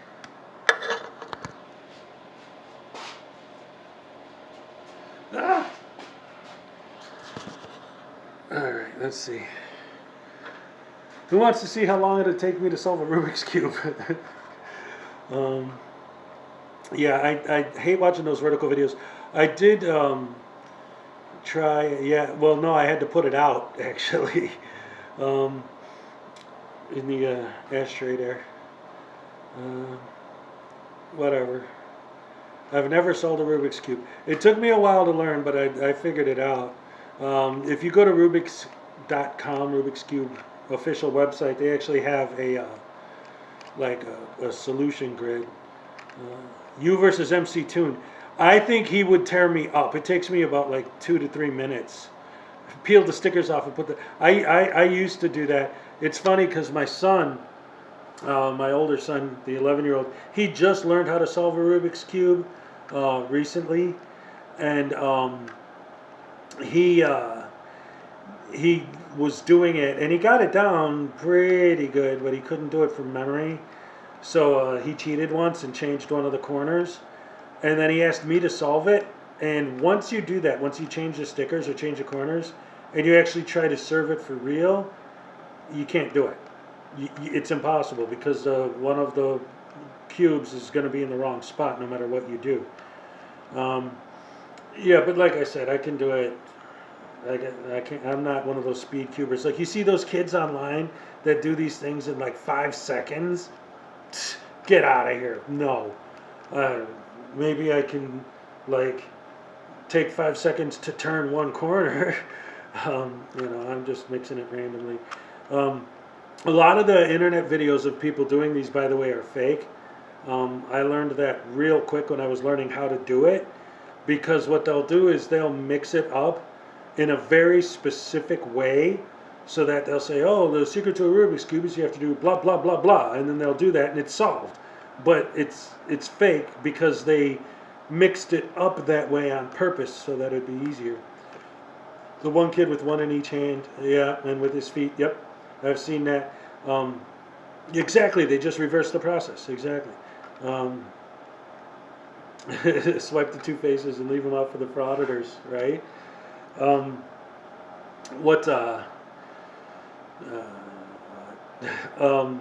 like the videos called Rubik's Cube Speed Cube Fails, because there are these kids that go so fast that they'll actually break the cube. And if you're in an actual Rubik's Cube contest, they're timing you till when you solve it. So if you break the cube while you're doing it, the timer's still going. So watching these kids that are flipping it, and then the pieces fly off because they're going too fast, and then they have to pick up the pieces and put it back together so they can get their official time. That's crazy. That's absolutely insane. Yeah, no, I learned how to do this a long time ago. I taught myself how to juggle. I haven't practiced that in a while though, so I'm really sloppy. I can still do it, but I end up dropping stuff a lot. They sell speed cubes. Yes, they do. They're usually got some kind of a trick in the middle. They're tricked out to go faster. They're gimmicked. Or they'll take them apart and replace the centerpiece with like a magnet or like a ball bearing or something. Sometimes they'll spray WD-40 in the corners. Yeah, I don't mess with all that. I just got excited that I actually learned how to do it at all. I wasn't even trying to, break any records on how quick I could do it. I was just happy I could get it done in the first place. But that's all that is. So let's see. I never saw the point of a Rubik's Cube. It's a puzzle. I mean, what's the point of doing a puzzle? It's a puzzle. It's just, I don't know. I like it. It's fun to me, but I mean, not everybody has the same, idea of fun. Yes, once you figure it out, it's fun to do it. And, when I'm bored, I'll just sit here and solve this thing over and then mix it up and then solve it and then mix it up and then solve it over and over just to kill some time and keep my brain going. I like juggling because it's something that I always felt like you have to, because you're using both hands to juggle, like you're sort of putting your right brain and your left brain like together, like keeping them going. I like crosswords, but not Sudoku or Rubik's Cubes. Um, Puzzle boxes are neat. Yeah, I like 3D puzzles are cool. Um, Again, my older son, the 11-year-old, he loves puzzles. Um, Juggling is neat. That's a lot of fun too. And I used to when I was. I mean, like I said, I haven't practiced my juggling in a long time, but I used to be pretty good at it. I couldn't do any tricks or whatever, but I could go for a while. And I used to juggle bocce balls for exercise because they're so heavy. Um, I like trivia. Yeah, trivia is fun. I got some trivia. Who's worse, Silence Boy or Glenn Serio? Um, what does corpus delicti mean? I have to dip out. Thanks for this. Yes, you're welcome. Thank you, Script Cat. And I'll definitely be doing it again now that I know Glenn. Glenn, I'm getting all these votes for Glenn is worse than Silence Boy. All right. A dead body. um, all right. So, dead body, corpus delicti. Yes. All right. I actually have a Softset trivia video. I think it's the first Sovereign Citizen video I ever did. It was either that or corpus delicti sounds like good food. It's so delectable. It's delecti. Yes. Yeah, I can't remember if my first Sovereign Citizen video was Black Slaw Dictionary, which I spelled it Black Slaw, like black coleslaw, Black Slaw Dictionary. And I got that idea from, I was watching a Radical video, and my kids were making a ton of noise. And so what I did was I put the captions on. And in the video, whenever they mentioned Black's Law Dictionary, the captions wrote it as Black Slaw Dictionary. And that's what gave me the idea is, I'll write Black Slaw Dictionary. And originally, it was a Reddit post. I just posted on our Sovereign Citizens that, and then I'm like, well, I see YouTube videos of Reddit posts, and I have a YouTube channel. I've had this channel for 10 years. I'll put it on there and see what happens. So that was fun. And then, what was after that? I don't even remember now. Simon Mitchner saw it. Yes, thank you. I appreciate that. Well, that's the whole idea, right? Is to try and, like, not just expose what these people are doing, but to do it in a way that's entertaining and using humor to try and make a point.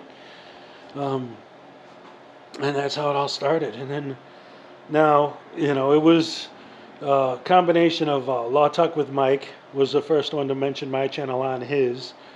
And then when Schrodinger did that video where he actually featured me praying to Schrodinger's cat, please save me, that was where it really took off. And led to where we're at now. Oh, Script is leaving? All right. Bye. Thank you for visiting. Yeah, like I said, I think I'm going to do this again tomorrow. It's going to be Hanging with Hezekiah. And I think that I might even make that a regular show. If I keep getting good reactions like this. The Hanging with Hezekiah show. Dude, that was where it all really began, yep. Yeah, thank you, Archangel. Yeah, that's it. And that was, because the one that Law Talk with Mike featured was, before I even filmed that one, it was, I was doing Steve Irwin, like doing a nature documentary, but on sovereign citizens. Like I put the private license plate on my car, and yeah, that's the one. Mom Ducks. Anyway, yeah, I'm like, hey, look, this guy has a private license plate. This is the license plate of a very, very stupid person. That kind of a thing. Yeah, that one, yep. And that was the one that got me up over 300. And then after Schrodinger, of course, I got over 1,000. I've been losing subs lately, though. I mean, you can't really watch it that closely. Use 2 people here, 3 people there. But ever since that happened, my numbers have just been going up and up and up and up and up and up and up. And now within the last month, I'm like down, but only like by 5. So it's no big deal. And it's not that at this point, like I said, I've been having a YouTube channel for so long. Yeah, I think They want a new video like every day, every day, every day. And like I was saying earlier, with my work schedule, I don't have time to make videos all the time. I'd love to. Um, I actually, I have a, well, yeah, exactly. Depends on how much content you kick out a day. I've been, my bachelor's is in film and video um, production. So I've always been into making videos and the idea of, putting stuff out there and doing this kind of thing. It's just, I think it took until I found this and to get my niche, as it were. Um, but I think I found it, because there's plenty of content when it comes to this subject to deal with. It seems like it just keeps going and going. Twice a week should be good.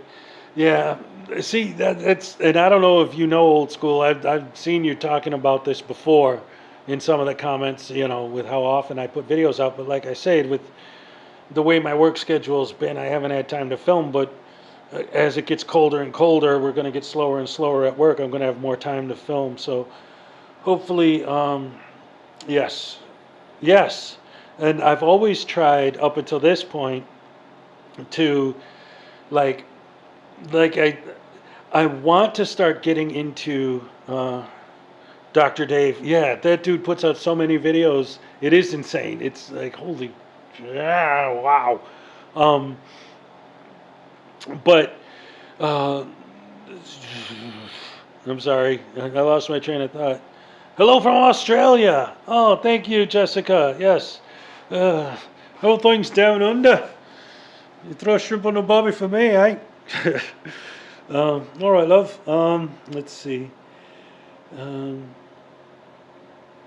That's oh yeah. So that's what I was getting at. Is that as we start getting into the doldrums of winter, I'm definitely going to have a lot more time to work on my videos. Ozzy, Ozzy, Ozzy. I've seen Black Sabbath 3 times and Ozzy twice. Hello, Jessica. Polish Liverpudlian. Well, first of all, I am Polish. Liverpudian. Is that like from Lilliputian? See, I'm Polish, so I don't get it. You know what? By the way, speaking of being a Polish, let me tell you something. I'm Polish, okay? I go into the store a few days ago, and I walk in and I order a Polish sausage. And the guy goes, "Oh, are you Polish?" No, yeah, I am, but I'm thinking, how can you do that? Like, seriously, like, how could you just assume I'm Polish because I ordered a Polish sausage? Like, if I ordered a bratwurst, would you assume I'm German? Why would you assume that just because I ordered a Polish sausage that I'm Polish? He goes, because this is a hardware store. Yeah, sorry.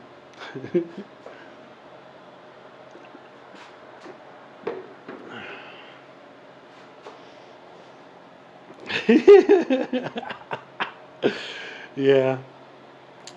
It's an old Norm Macdonald joke, old Polish joke. So yeah, that's always fun. All right. So what else you guys got going on tonight? Wait, let's see. The Scouse, Liverpudlian, Liverpudlian. Is that like the Beatles? Can't wait to see your next upload. Polish. Ik doen dam? I'm not using the correct spelling. Dzień dobry. I have a friend from Liverpool. Yeah, the only people I know from Liverpool are John, Paul, George, and Ringo. Speaking of which, are any of you guys excited to see that recut of Let It Be that what's his name for the Lord of the Rings did? That's coming out on Thanksgiving. I kind of want to watch it. I'd love the Beatles, and seeing that footage recut properly instead of the way they originally did it is fascinating to me. Yeah, seriously. I think that's going to be great. All the clips he's been showing from it are fantastic. Sort of going out of his way not to release a lot of information, trying to keep it, a surprise, which is great. Peter Jackson, yes, thank you. Yes, New Zealand. right? That's close to down under, right? Um, is that as like the is the distance between Australia and New Zealand greater than the English Channel between England and France? I don't know. I'm never getting into geography. Um, at least I know that. Oh wait, be right back. The deer are knocking and want some apples. You got see old school man. You gotta get those things. Dzień dobry means hello. See, sorry, I know very basic Polish but can't spell it properly. I wasn't being rude. No, Jessica, that's fine. I don't actually speak Polish. I just picked up a little bit from being Polish, and especially from my Polish grandma, because she barely spoke English. So I picked a lot up. Dzień dobry is hello, yes. Dome buzi is give me a kiss. And that and the swear words, that's all I know. France, English, 22 miles, right? Yeah, no, okay, yeah. 22 miles, I'm assuming, just from knowing maps, that New Zealand is nowhere near that close. Australia is headed backwards. That's because Australia has frauditors now and sovereign citizens. I don't think I've ever seen a New Zealand video of those people, but I've seen plenty from Australia and the UK. I'd like to see one of those guys try and pull that stuff in Iran or Saudi Arabia. I don't know. This live stream is working out way better than I had anticipated. Like I said, I think I'm going to do this again tomorrow, but this was sort of an off-the-cuff kind of thing. I'll actually have it set up tomorrow so that I could just do it. What is this? Oh, sorry. La la la, just reading the comments. All right, so let's see. Anything that you guys want to talk about in particular? Yeah, that experience now, they're fun. I'm telling you, like I said earlier, the immediate response from the audience, like, well, that's I don't want to go against her. I don't want to go against Schrodinger. I know he's doing it. Like I said, his I definitely want to watch it. Hers, I'm generally in hers as well. Some of her, you know, I love a Marvel girl and I love watching her streams. So, like I said, it's not even a matter of like I don't want to step on their toes. It's like I want to watch their streams, you know. So I don't want to be doing my own during theirs. I'm thinking of doing it during the day tomorrow, like earlier in the morning or whatever afternoon. So at least that way my Europeans and Australians and everyone else will actually be able to watch it during the day where they're at. Well, I guess it is during the day where you're at right now, so it'd be nighttime for you. Whatever. I didn't think it through before I said it. That's what happens when you do live, right? You just off the cuff and say some things that maybe I don't know.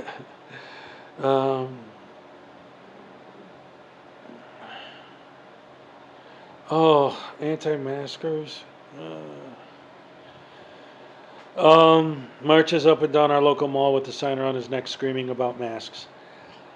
I cannot wrap my head around the whole mask thing. I mean, first of all,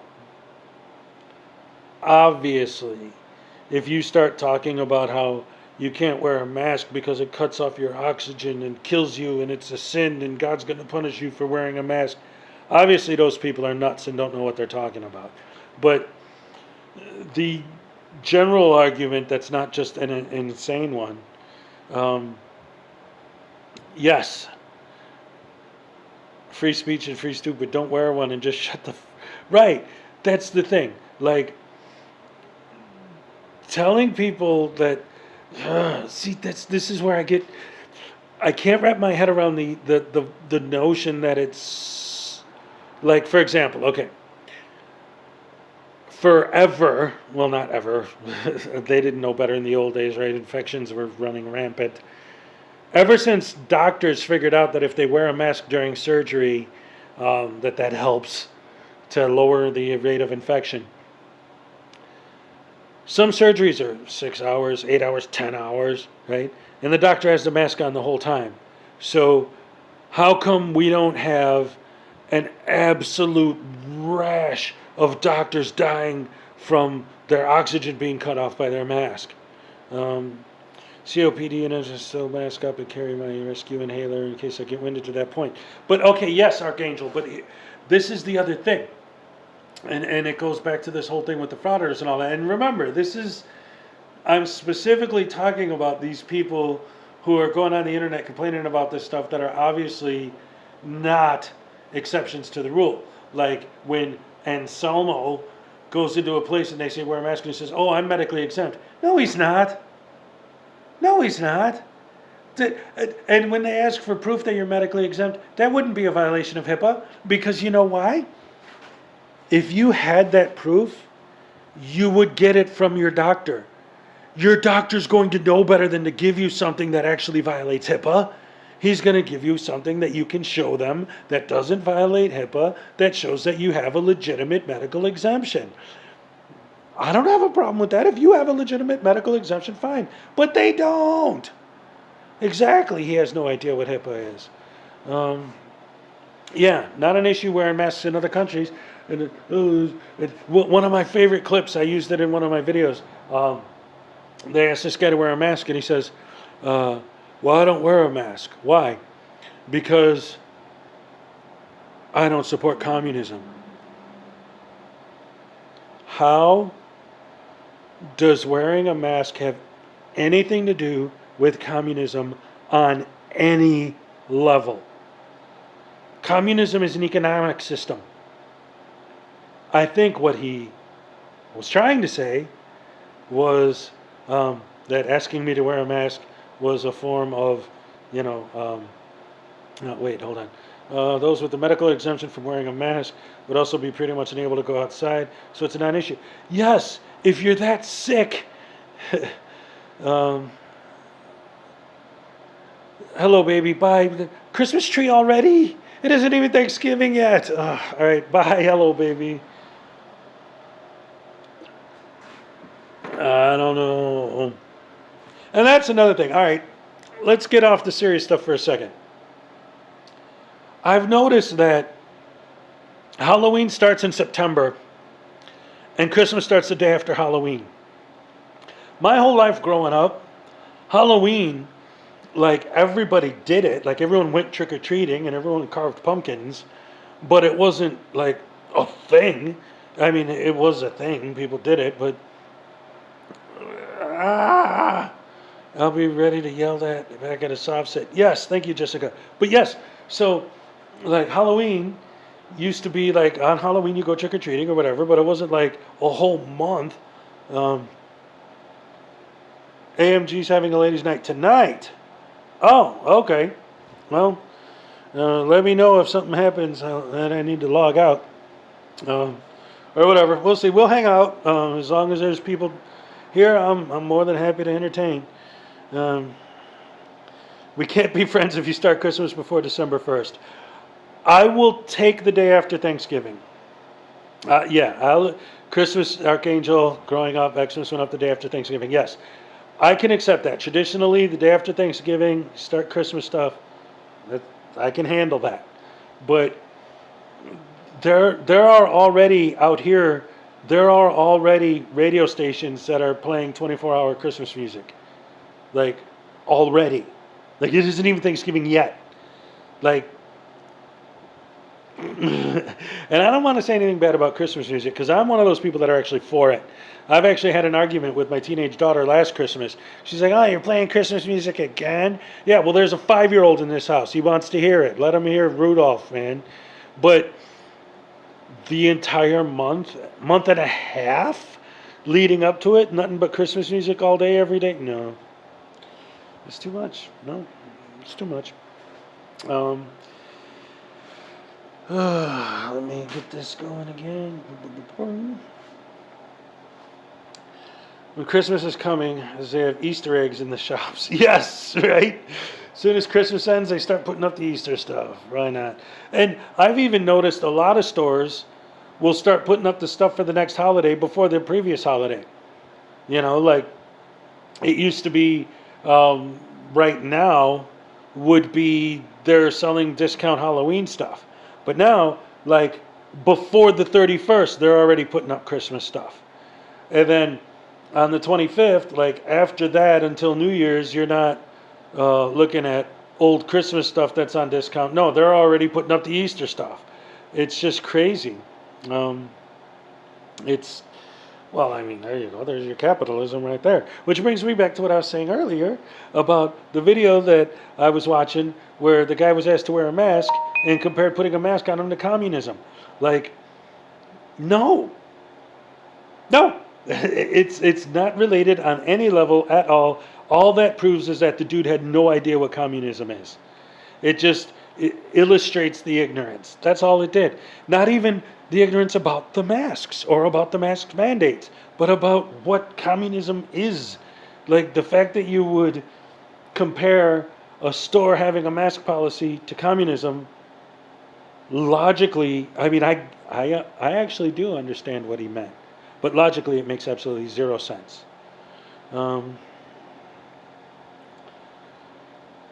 Christmas decorations in Australia, they have them here. It's called Walmart.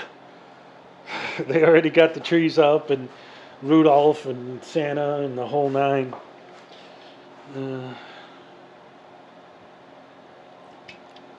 When this whole thing first started, talking about 1918 and wearing masks, when this whole thing first started with the anti-mask thing and all that, I compared it to like the way that they're saying it's a violation of their rights to ask them to wear a mask is the exact equivalent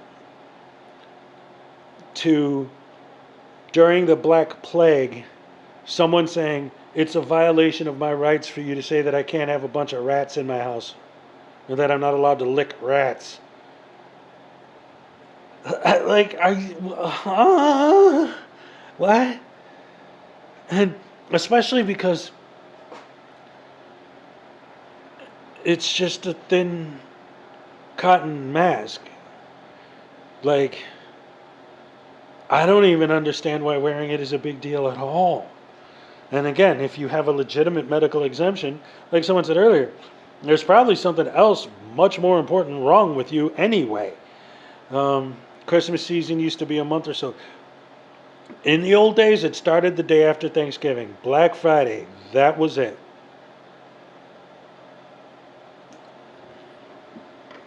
Christmas season did not start before that. When I was a kid, you know, the day after Thanksgiving was when Christmas started. A New York City sewer rat is bigger than a small dog. Let me tell you something. I've never been to New York. But in Chicago, I have seen some rats. Why I was hanging out in the type of neighborhoods that have rats, let's not discuss that. It was the 90s. That's all I have to say about that. But, oh, you're back from the deer and your screens were saved. Excellent. Thank you, old school. Anyway, yeah, I've seen some rats in Chicago that literally scared the shit out of me. And when I say literally, I mean I pooped a little. No. Yeah, because that's one of my pet peeves too, is this whole literally thing where people use literally as emphasis instead of as literally. Oh, the modern world. All right, I'm going to go off on this rant. Since I just mentioned that, it made me think of this. You know that video of Glenn Serio's butt wiggling around, right? I even have a clip of it in one of my videos. That is ass tricks. The little star type logo is an asterisk. Like John Jacob Astor risk. Asterisk, not ass tricks. Ass tricks are what you do by shaking your butt. Okay. Jessica Harris to Simon Mitchner. Yes, I meant Halloween, which only kicked off in Australia 10 years ago. But the Xmas thing, that makes sense. Xmas season, thanks for that. Oh, right, yep. The crowd are literally glued to their seats. Right, like they actually have glue on the seats. That's what, yeah, exactly. I literally couldn't get out of bed. Oh, so you're still in bed? Oh, my goodness. Yeah, the way those people, all these days, See, and that all is related. It is. It's all related to what we've been talking about. What we're all here to talk about ultimately. I mean, when you look at the people, and I'm not talking about the just flat scammers, right? I'm talking about people who actually believe in the movement, right? That is a very good illustration of the lack of education. Like, to read a thing that tells you that you don't need a driver's license because you're not commercial, and to actually believe it and not do the critical thinking or the research to find out why they would say that, where they got that from, and that it's absolutely wrong. Oh, dude, Simon, did you see my interview with Rajikow? Did all you people in here watch my interview with Rajikow? I made a video where I interviewed Rajikow, and I used clips from the Radical show. It's great, and it's another one of my videos that has barely any views. If you haven't seen it, you should check it out. Yes, people do not know how to English. Radical, who's not even from the United States or England or the UK, English is better than half of these people. No,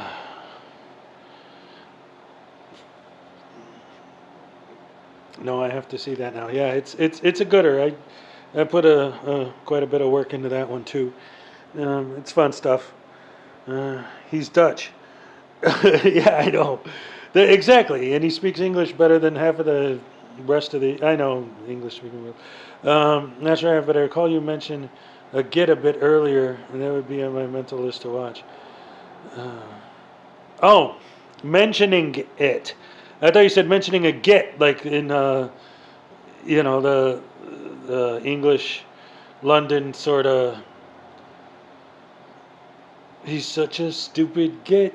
That what's his name? Sir Walter Riley. Uh,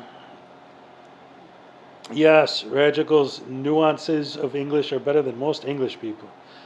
Uh, yes, English is second language. Speak better than most people who speak English, or at least people in this country. Respecting the cow. Hashtag Team Mood. That's right. That's right. Uh, Good stuff, man. Oh, with the picture of the cow too. I like that. Yeah, I tried to keep it, because everybody loves the cow, and I thought it'd be fun. Uh, I'm not going to talk too much about it. No spoilers for those who haven't seen it yet. A couple more of these, and we'll be having a lot of fun tonight. No.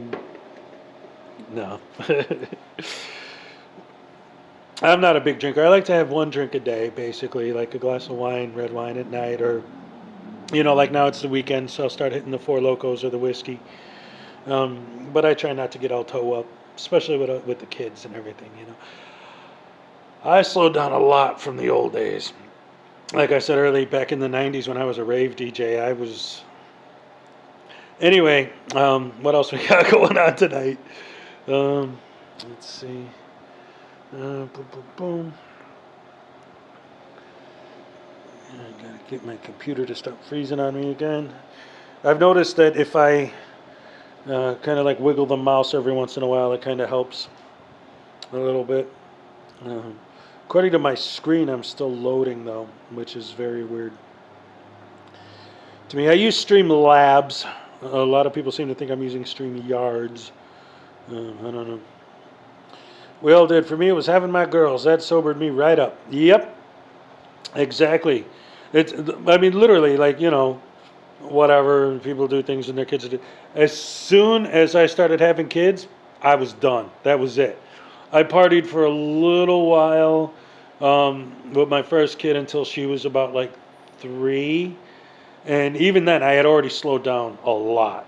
But, like, is that a euphemism? Wiggling the mouse. Yeah. Double entendre. Excellent point. Reading some nonsense on a flat earth page and taking it as law. I don't have to put my hands up and get out of the car when cops request it. Yeah. See? This is the thing, and this is why you know what? Let me see if I could actually find it now while we're talking. Because I actually find it. There's no screw him. The Kyle Rittenhouse. I live in Wisconsin, so. Oh, wait, here, let me go to 5. That'll be good. I'll definitely check that out. Freezing up again? No. Don't tell me that. I just got. Is it still a problem? A wee bit buffering. Okay. Video and sound dropping out. No. This. It seems like this happens. What? Like every 15, 20 minutes. Oh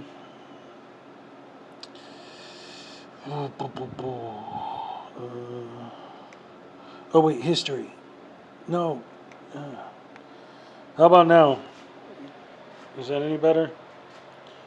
Oh, I get it. It's my bandwidth. It's my bandwidth, guys. That's what's happening. And after the order comes the taser. That is exactly right. Settle down now. Yep, once I realized that it was the bandwidth that was causing it, I literally just moved closer to the router. Kyle Rittenhouse, Ben Shapiro, Led Zeppelin. I'm just looking at my history here to see if I can find the page I'm looking for.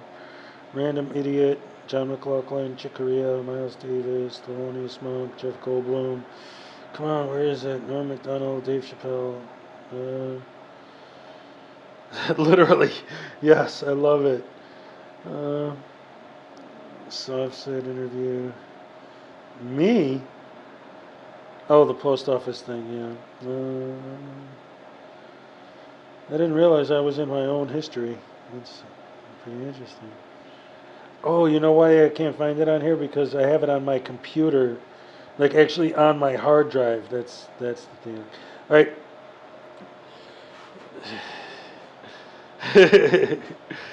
Yeah, I know, Simon. I know. Anyway, so I was looking at videos earlier. There was this channel, for anyone who missed it when I was talking about it before. I can't remember the name of it. Tomorrow I'll have it because I'll be able to go in, pull it up on my hard drive and see what it was. But there was a channel that only had like 12 videos on it or something. Hasn't been active for over a year. But each video literally took each and every piece of the sovereign citizen argument and broke it down legally with the actual like documents and the laws that they reference and the cases they talk about, and went through yeah, Led Zeppelin, Rolling Stones, Debbie. That's great, Simon. Thank you. Anyway, so this guy has this channel or had this channel. It's like I said, he hasn't done anything on it forever. But I think it's because he covered everything. Like if you go through the 12 or 13 videos that he has on there, each one is covering different bits and pieces of their argument until he covers the whole thing. But what's cool about it is he actually shows, like the example I used earlier, he shows how in Black's Law Dictionary, it says that driving is being employed in, operating a blah, blah, blah, horses, carriages, and 75 minutes, all right. And horseless carriage or, automobile. Yes, okay, thank you. You've seen it a while ago. Yeah. So, but he also mentions how when it says employed in driving, that Black's Law Dictionary itself defines employed as doing something, being employed in something. Yeah, that's over an hour, 75 minutes, Archangel. Being employed in something is doing something, according to Black's Law Dictionary. So, using Black's Law Dictionary as the excuse that it has to be an occupation, you have to be employed, it has to be commercial, when Black's Law Dictionary itself defines employed as physically doing something, you're employed in that action, it all falls apart. And he ties all this stuff together in his videos, and it's great stuff. Anyway, I'm using bits and pieces of it in the video I'm working on now. And I don't even know why I brought it up. Oh, because I was trying to remember the name of the channel, and I just can't wrap my brain around it. Anyway, like I said, I got it on my hard drive. I'll find it. Yeah, 75 minutes, it's over an hour. So there you go. Hour 15. So you look at that, math. I'd like to see Silence Boy do math. The only numbers he knows are the amount of dollars in his pocket that he, being the idiot that he is, flashes in front of the camera out in public. Like, one of these days, and I mean, as much as I would love to see him take a good old-fashioned ass whooping, one of these days he's going to take a beating that's going to be like so bad that even I'm going to feel sorry for him. But if he keeps acting the way he does, you can't just do that. You can't just do that. He printed it himself, yes.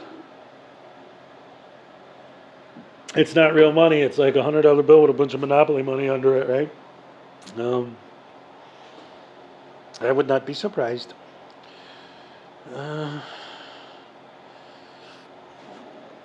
What do we got here? What in the hemoglobin and haberdashery is going on here? grrr, live now. Oh, that's me. Ladies' night at 8. Oh, yeah, we still got plenty of time. 56 minutes ago, Familia TV, Amagansett Press gets arrested for playing the silent treatment when all he had to do was chat away.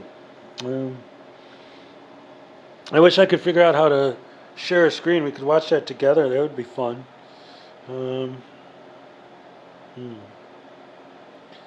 Silence boy doing math equals dead air. Yeah. That could make 8.3 boxes of macaroni and cheese. That's great. Kraft, I hope. I like the Kraft shells, or Velveeta, which is made by Kraft, shells and cheese. That's my favorite. Macaroni and cheese, to me, if you don't put the right amount of milk and butter in it, not necessarily the amount that's in the instructions, but the proper amount. Me and my brother, when we were kids and we didn't know what we were doing, we used to make what we called cheese noodle soup. Basically, we would just pour like way too much milk to where it almost had like a soupy texture, and we would eat the mac and cheese soup. So that's always fun. All right.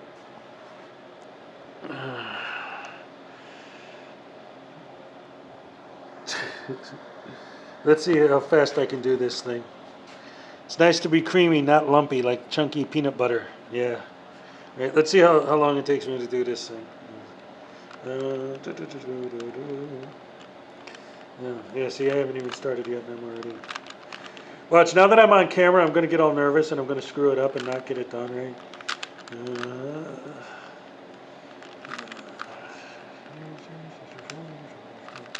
1, 2, 3, 4, 5, 6, 7, 8, 9, 10, 11, 12. Who's old enough to remember that? Let me know in the comments below. Ah, crab hammer sauce. Alright. Step 1. Get the X. The white X. Where it matches the corners, or the colors in the center of each. Alright. My mom's macaroni and cheese was the best until I had it in a coffee cup by a chef named Darren. Yes. No idea what that was. Sesame Street, I'd guess. 1, 2, 3, 4, 5, 6, 7, 8, 9, 10, 11, 12. Yeah, that was Sesame Street. White macaroni and cheese with cheddar and stewed tomato. Ooh. We used to put Thousand Island dressing in our mac and cheese. Don't at me. Yeah, ketchup and mac and cheese was another big one. That was good. That was a big one with kids in the hall, too. You guys remember that bit, that kids in the hall bit where they were eating mac and cheese with ketchup and they got a tapeworm from it? And then the macaroni and cheese company offered them a lifetime supply of mac and cheese so that they don't sue them. American capitalism in Canada. They were Canadian, right? Kids in the hall? Yeah.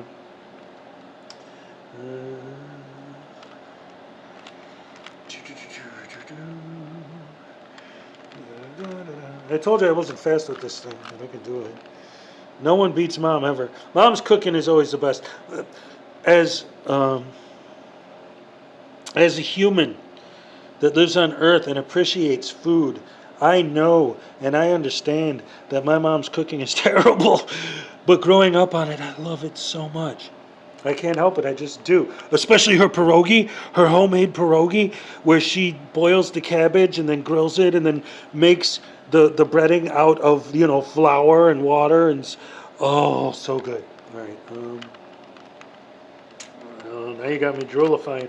I gotta text my mom and tell her to send me some pierogi for Christmas. Last year, let me tell you what happened. Last year, I told my mom that I wanted her to send me some of her homemade pierogi for Christmas because she lives out in Florida. So she mailed me a box of freaking store-bought pierogi. I was so mad. I could just go to Walmart and get that. What do I need her to do that for? If she watches this, she's going to kill me for saying that, by the way. But I don't think she even knows that I have. I don't even think she knows what YouTube is, let alone how to access it and watch it. Tom Jones. She'll probably, if she did watch this, it would probably be just the Tom Jones videos. Lots of Polish in my area mining whiskey pierogi. Yes. Whiskey cured cheddar. Oh, come on. What are you guys doing to me? Making me just want food. Let's see, where are we at here? All right. Red and blue. All right. All right, so step 2 was to get the white corners so that the exits all fold up.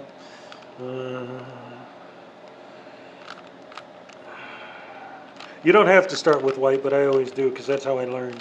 If I try to start with any other color, I can still do it, but it gets confusing. All right, so then the next step is you see how that's all same color, same color, same color, same color. And then all you need is to get all yellow on the top and you're done.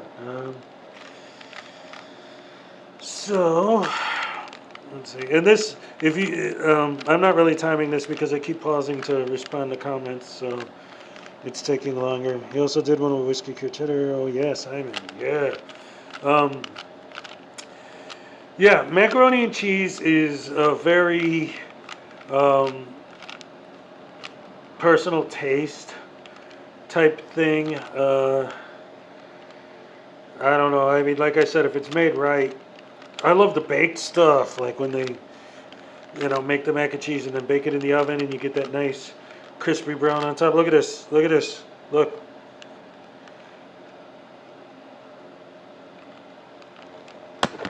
Ah, crab hammer sauce. I almost dropped my computer.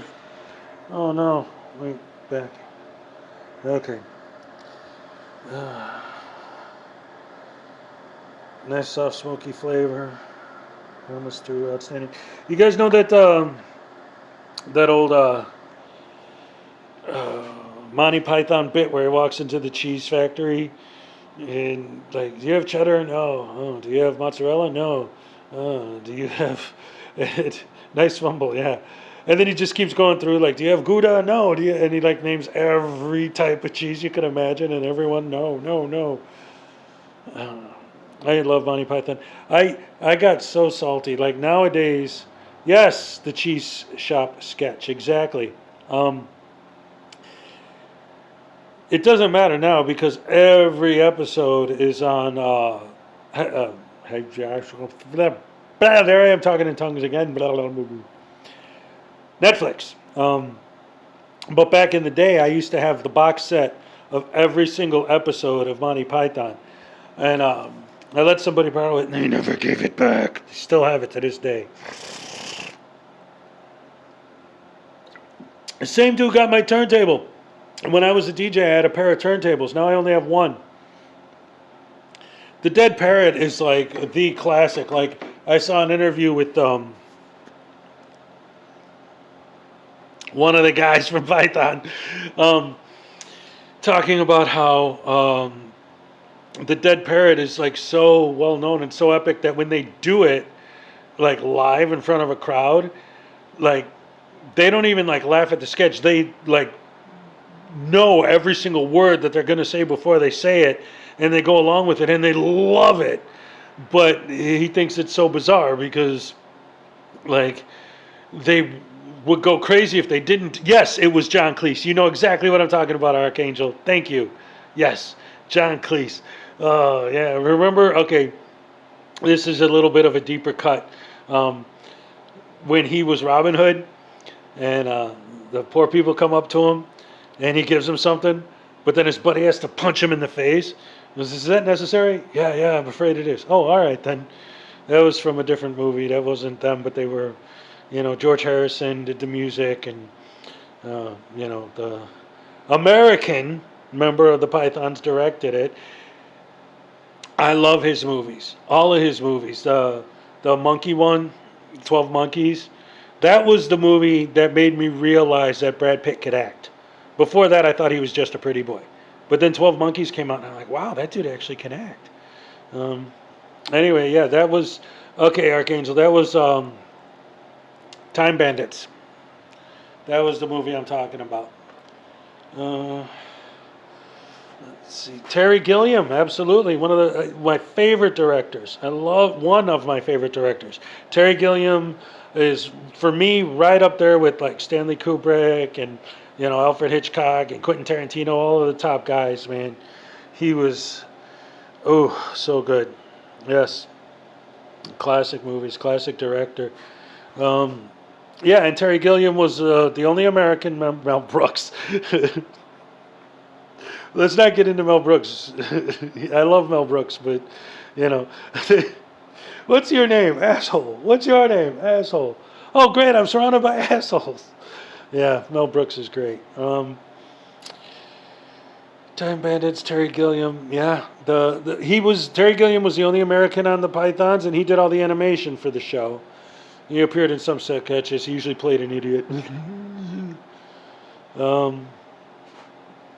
Yes. Darth Helmet or whatever, Dark Helmet. My Schwartz is bigger than yours. May the Schwartz be with you. Yeah, my kid, my son, loves that movie. I think he actually likes Spaceballs more than actual Star Wars. I don't know. That's good stuff, though. Yeah, Mel Brooks and Young Frankenstein. The classic of all time. So is Blazing Saddles, but it's slightly controversial. All I said was Jehovah. Yeah, let's not. Oh man, yes. Just you gotta watch that. If somebody doesn't know what you're referring to, they might take that the wrong way.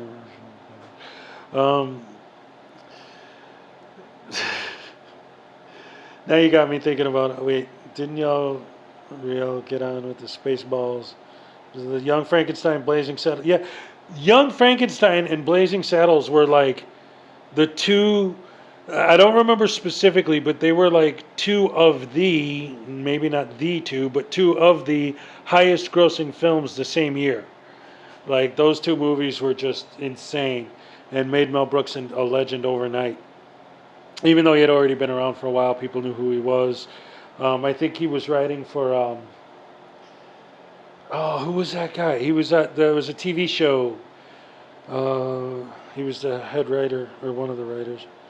Oh no, Blazing Saddles would not. And it's funny because if you watch reaction channels of people reacting to Blazing Saddles now, they always laugh. They think it's funny. But yeah, like you said, it wouldn't get released in the first place today. But I mean, I think even then, one of the reasons why it got passed at all was because Richard Pryor wrote it, or at least partially wrote it. Hoodoo. You do. What? Remind me of the babe. What babe? Babe with the power. What power? The power of voodoo. Hoodoo. You do. What? Remind me of the babe. Yeah, now you're getting into David Bowie. Or Bowie, as they say when they're giving him an award and you're a millennial. Yes, now go and do that voodoo. Yeah, that's the one I just responded to. I'm going to drink more of this for a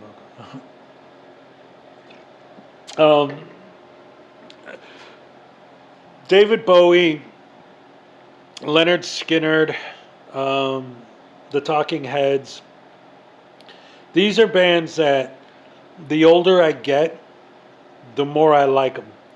I didn't get a harumph out of that guy. Give the governor a harumph. Yes. See, there's too many jokes in that movie I can't do. Father Ted back in the 80s. Yes. Do you remember Father Guido Sarducci? That's a pretty deep cut. Um, it was funny because I was trying to, because my kids, they don't know. I'm trying to teach them about the past, and I was trying to teach them about Mr. Bill, and I found an old Mr. Bill sketch from Saturday Night Live, and then like maybe 15 minutes of the whole thing was Father Guido Sarducci, and it was dated. I mean, it was so dated. My kids were just like, they had no idea what was going on. They did not get the joke at all. Whatever. It was the 70s. What are you going to do? Everybody on that show was on coke. And that's not an accusation, it's a fact. Dagnabber. You tell me Chevy Chase wasn't doing lines in the back with Bill Murray and John Belushi? Come on. Father Guido Sarducci, yeah. That's where I learned my Italian accent. That's why I don't do it, because it's not good. That and Chico Marx. We're going to go upstairs to the basement. I used to love the Marx Brothers too, man. I used to watch all their movies all the time. That was always fun. Back in the old days when TCM stood for classic movies, and they actually played classic movies. AMC, American Movie Classics. Not old. Like, the definition of classic is not old. But nowadays it seems like that's all it is. Night at the Opera is my favorite. Day at the Races is definitely up there. Yes. Love that stuff. Italian, we loved how funny and overblown it was. My dad would cry laughing. Yeah. Well, that's the thing that a lot of people, especially nowadays in our modern sort of snowflake world, I guess, I don't know, politically correct, whatever you want to call it, like, you can't do like over the top comedy, right? Like, comedy is taking something basically at its core and going over, or what's another way to explain it, exaggerating it for comic effect. But you can't do that with an accent now, because then you're teasing them, you're making fun of them.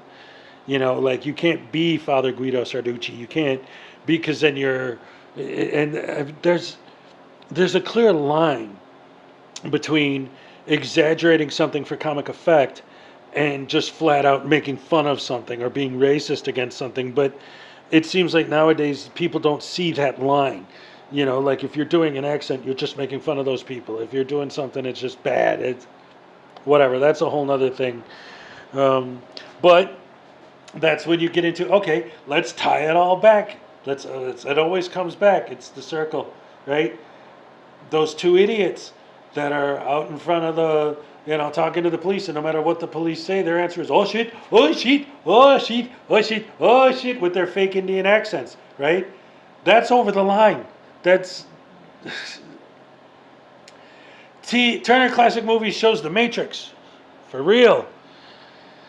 Yeah, the first one, I could see that. Yes, I hate that pair. Those two guys make me want to, like, throw stones.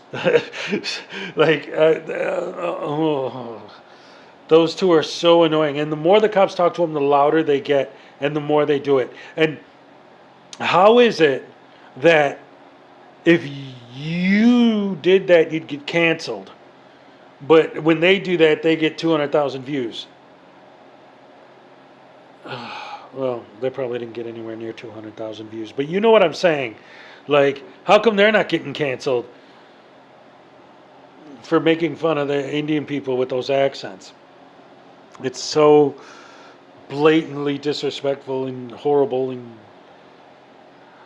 obviously you guys all know who they are and what they do and why they're bad. Let's see.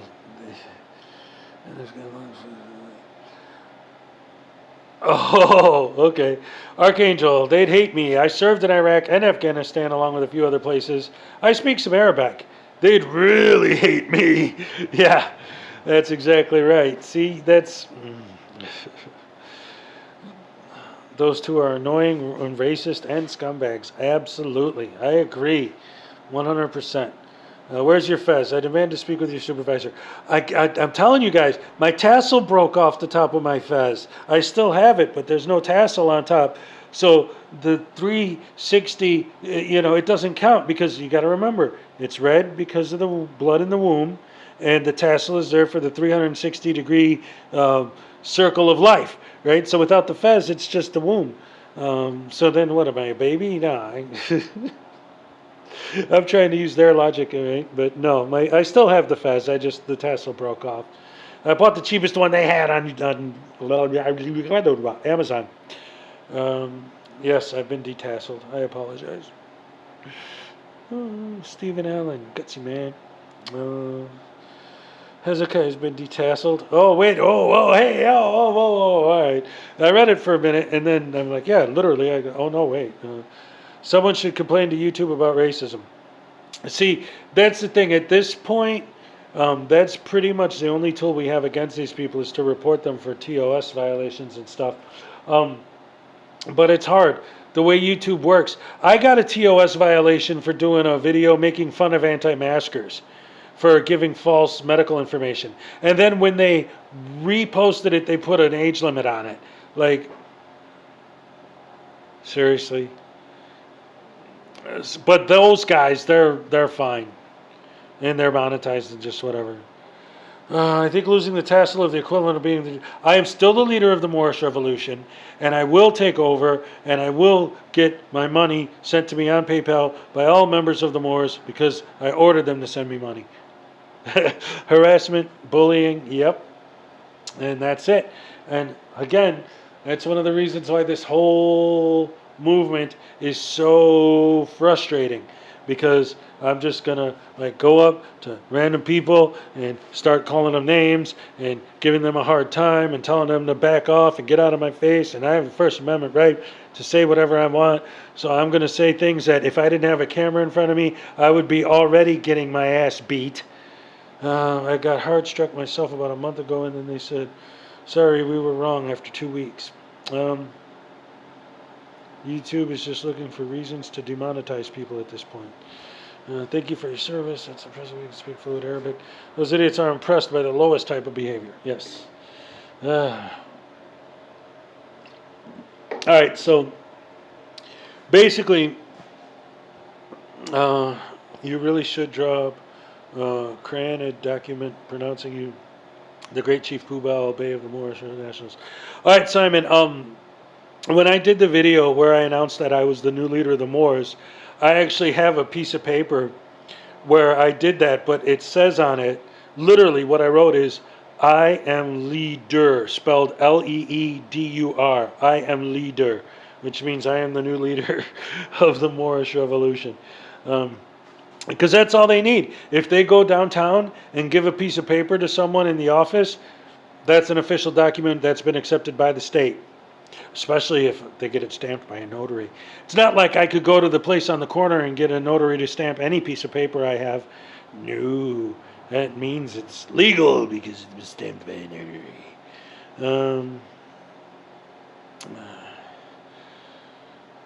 You can't use crayons. Archangel gets hungry. A few other things that would help me with the local people with your thumbprint. Yeah, the thumbprint on the document always it's got to be red, possibly in your own blood, but usually not. You have the URL printed around the bottom. Oh, okay. Yeah, I don't know about that. So, typical Marines. Yes. Semper Fi, baby. Amaret gains at press. Gets away from playing the Saints, and all he had to do was chat away. Sorry, I was just looking at Familia TV's new video. It's about Amagansett. He's one of my one of the ones I love to hate, right? Hoorah! Yes. I've never served, but I absolutely support the military 100%. I was just watching. I think it was earlier today. Ben Shapiro posted a video where he was watching TikToks, and one of them was this lady who was doing this crazy dance where she's like I mean, absolute like hippie, like 1967 Grateful Dead concert audience dance kind of thing. And as she was doing the dance, she was talking about how the military pollutes more than anybody, so the military needs to be stopped because they do all the pollution. And it's like, well, so okay, let's get rid of the military, and then anybody else could just come in here and we have no defense. That's a great idea. It's great. Let's just get taken over by other countries overnight. You don't eat the green ones. The Delta Force person told me they were not rope yet. Yeah. Delta Force, that was, what's his name? That guy that always can just beat everybody up by going like this. No, Bruce Lee kicked his ass and killed him, actually. Conan O'Brien used to have a line, not a line, a lever, and he would pull it, and it would just randomly show a clip from one of his TV shows, episodes, of him kicking someone or punching someone. They are DOD, above my pay grade. All right, does anybody know what I'm talking about? What's his name? He's the baddest man in the planet, ever.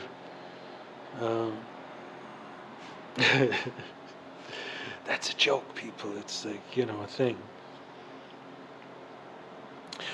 I'm a pro wrestling fan. My son was actually telling me about the RKO out of nowhere meme with Randy Orton. But I was trying to explain to him about, how it used to be with Chuck Norris. Yes. Thank you, Mom Ducks. Yes, it used to be like that with Chuck Norris. Like, just get these random Chuck Norris clips of him beating people up. And it was always fun, because it's Chuck Norris, You don't mess with Chuck Norris. Who do you not mess with today? What else we got? Let's see. Chuck Norris. Okay. Chuck Norris, Bruce Lee, the fight made me think. I wanted a rant that had nothing to do with what we talk about generally. Well, of course, Bruce Lee was better. But that reminded me of the scene in that Quentin Tarantino movie where Bruce Lee gets in a fight with Brad Pitt. I actually wanted to make a video about this specific idea because it always kind of bothered me that there was some controversy over that specific scene. And what people don't understand is if you actually watch the film, within the context of the film, Brad Pitt is on the roof fixing the antenna. Then he starts thinking about why he's not on the movie set, why he's on the roof fixing an antenna instead of working on a movie. It's because he got fired from the movie. Why? Because he got in a fight with Bruce Lee. And then it shows like him fighting Bruce Lee, and then it gets back. I'm sorry, Stephen Alley just posted the best thing I've ever seen in my life. Chuck Norris peed in a Diesel tank once, and then Diesel became Optimus Prime. That's the power of Chuck Norris. Yes! Anyway, the point I was trying to make is that whole scene where Bruce Lee fights Brad Pitt's character, in the context of the film, was from Brad Pitt's character's point of view. He was remembering that encounter. So within the universe of the movie, it wasn't showing that encounter. It was showing Brad Pitt's character's interpretation of that, his memory of that, his point of view of it. Okay. Love Enter the Dragon. Taking Kentucky Fried Chicken. Kentucky Fried Chicken reminds me, I just saw something on YouTube yesterday where it was, What's My Line from the 50s with Colonel Sanders. And, when Chuck Norris farted is how the dinosaurs died. See, Chuck Norris is the ultimate badass of all time. That's right, you get it. All right, Archangel, thank you. Jackie Chan is better than Bruce Lee. Okay, on-screen fighting versus real fighting, I would give it to Jackie Chan. But in real life, Jackie Chan is all about being flashy for the camera, which is beautiful because he's in a movie. He should be flashy for the camera. It's a movie. But How would he do in a real fight? I'm sure he'd do fine, but against Bruce Lee, I don't know. Bolo in Enter the Dragon. Yes, he was one of the boss fights. Well, no, actually. But he was in it. But he didn't play. Wait, did he play Bolo in that, or was that the same actor? Was in 2 Bruce Lee movies, I think. Jackie Chan definitely is a badass when it comes to doing his own stunts. I will never take that away from him. In fact, I love Jackie Chan. Don't get me wrong. I think Jackie Chan's great, but I mean, when you're talking about martial arts in the movies versus martial arts in practical reality, like actually getting in a street fight, I don't know. I mean, there are people who say Bruce Lee invented MMA and he didn't even know it. It's just when people who study MMA look at his philosophy of martial arts, they realize it's the same thing. So I don't know. I love those clips at the end of Jackie Chan movies where they show all the times he got hurt. Jet Li, the saddest story in all of martial arts motion pictures. Yeah. Yeah, that's a whole other thing too. Martial arts movies they're interesting. I saw this whole thing again on YouTube, basically about how Jeet Kune Do, it kind of is. Yes, Jeet Kune Do, the way of the intercepting fist. I would never say that Jackie Chan wasn't tough. That dude is definitely a badass. I would not say that he wasn't. But the whole point of Bruce Lee's fighting style and philosophy, there's actually 2 different schools. And they both were started by Bruce Lee, which is funny. But is it dropping again? Stream dropping again? What's happening? Everything looks fine on my end. What's going on? My bandwidth looks good. Tell me. Tell me. Oh, it's okay. All right. Bit of a stutter.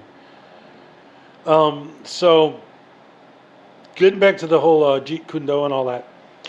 So, it seems to me that Bruce Lee's thing was originally, because like I said, there's 2 different schools of Jeet Kune Do, right? And they were both started by Bruce. The original is the idea of Jeet Kune Do, the way of the intercepting fist. Somebody goes to punch you, before that punch makes contact, you will already have knocked him on his ass. That's basically what it comes down to. But it expanded from there into like this deeper philosophy that he developed over the years, where he realized that it wasn't about you learning how to master his style. It was about taking all the bits and pieces from all the styles and finding what works best for you specifically. That's why he fought Kareem Abdul-Jabbar, because what style works best for someone his height when you're Bruce Lee's height going against him? The whole idea of you do what you have to do to win the fight. It isn't about which style you're using. It isn't about how good you are at that style. It's about doing what you have to do to win the fight. And that was a whole different idea. So he would bring in bits and pieces of kickboxing and boxing and wrestling and kung fu and everything else all combined to do whatever it takes to make sure that he won. Because if somebody's trying to kill you, if somebody's coming after you and they're going to beat you up, you punching them in the face isn't going to stop them unless you knock them out. So if you want to stop them from hurting you, you have to do what you have to do to stop them from hurting you. And if they're not going to stop, then you have to keep going. Anyway, that's the way I understand it, after I read the Tao of Jeet Kune Do. Okay, so everyone was talking about it stuttering, and then all of a sudden I don't see any comments at all. Oh, wait, here we go. Back in Jersey, I knew a man that I studied under for a short while who was taught by Bruce Lee. His name was Master Kum Sung. And 2 of his sons were the original Teenage Mutant Ninja Turtles. Yes! I have a black belt in the art of Glock. 9mm? Nice. Oh, I love that.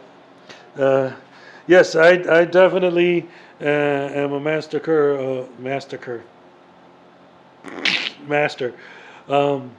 My martial art is called douchebaggery. I don't know. I can't. I don't know any of that stuff. No lie. I don't know karate. But it's a James Brown line, by the way. On up. Get up. Get on up. Buffering again. No. Yeah.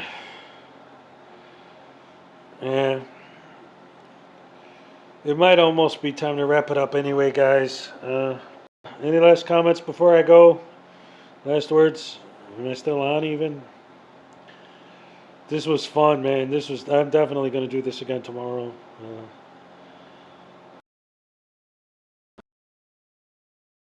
Even your stream is dropping a bit. That's what I'm saying. I think I'm going to let you guys go now. Any parting words from anyone?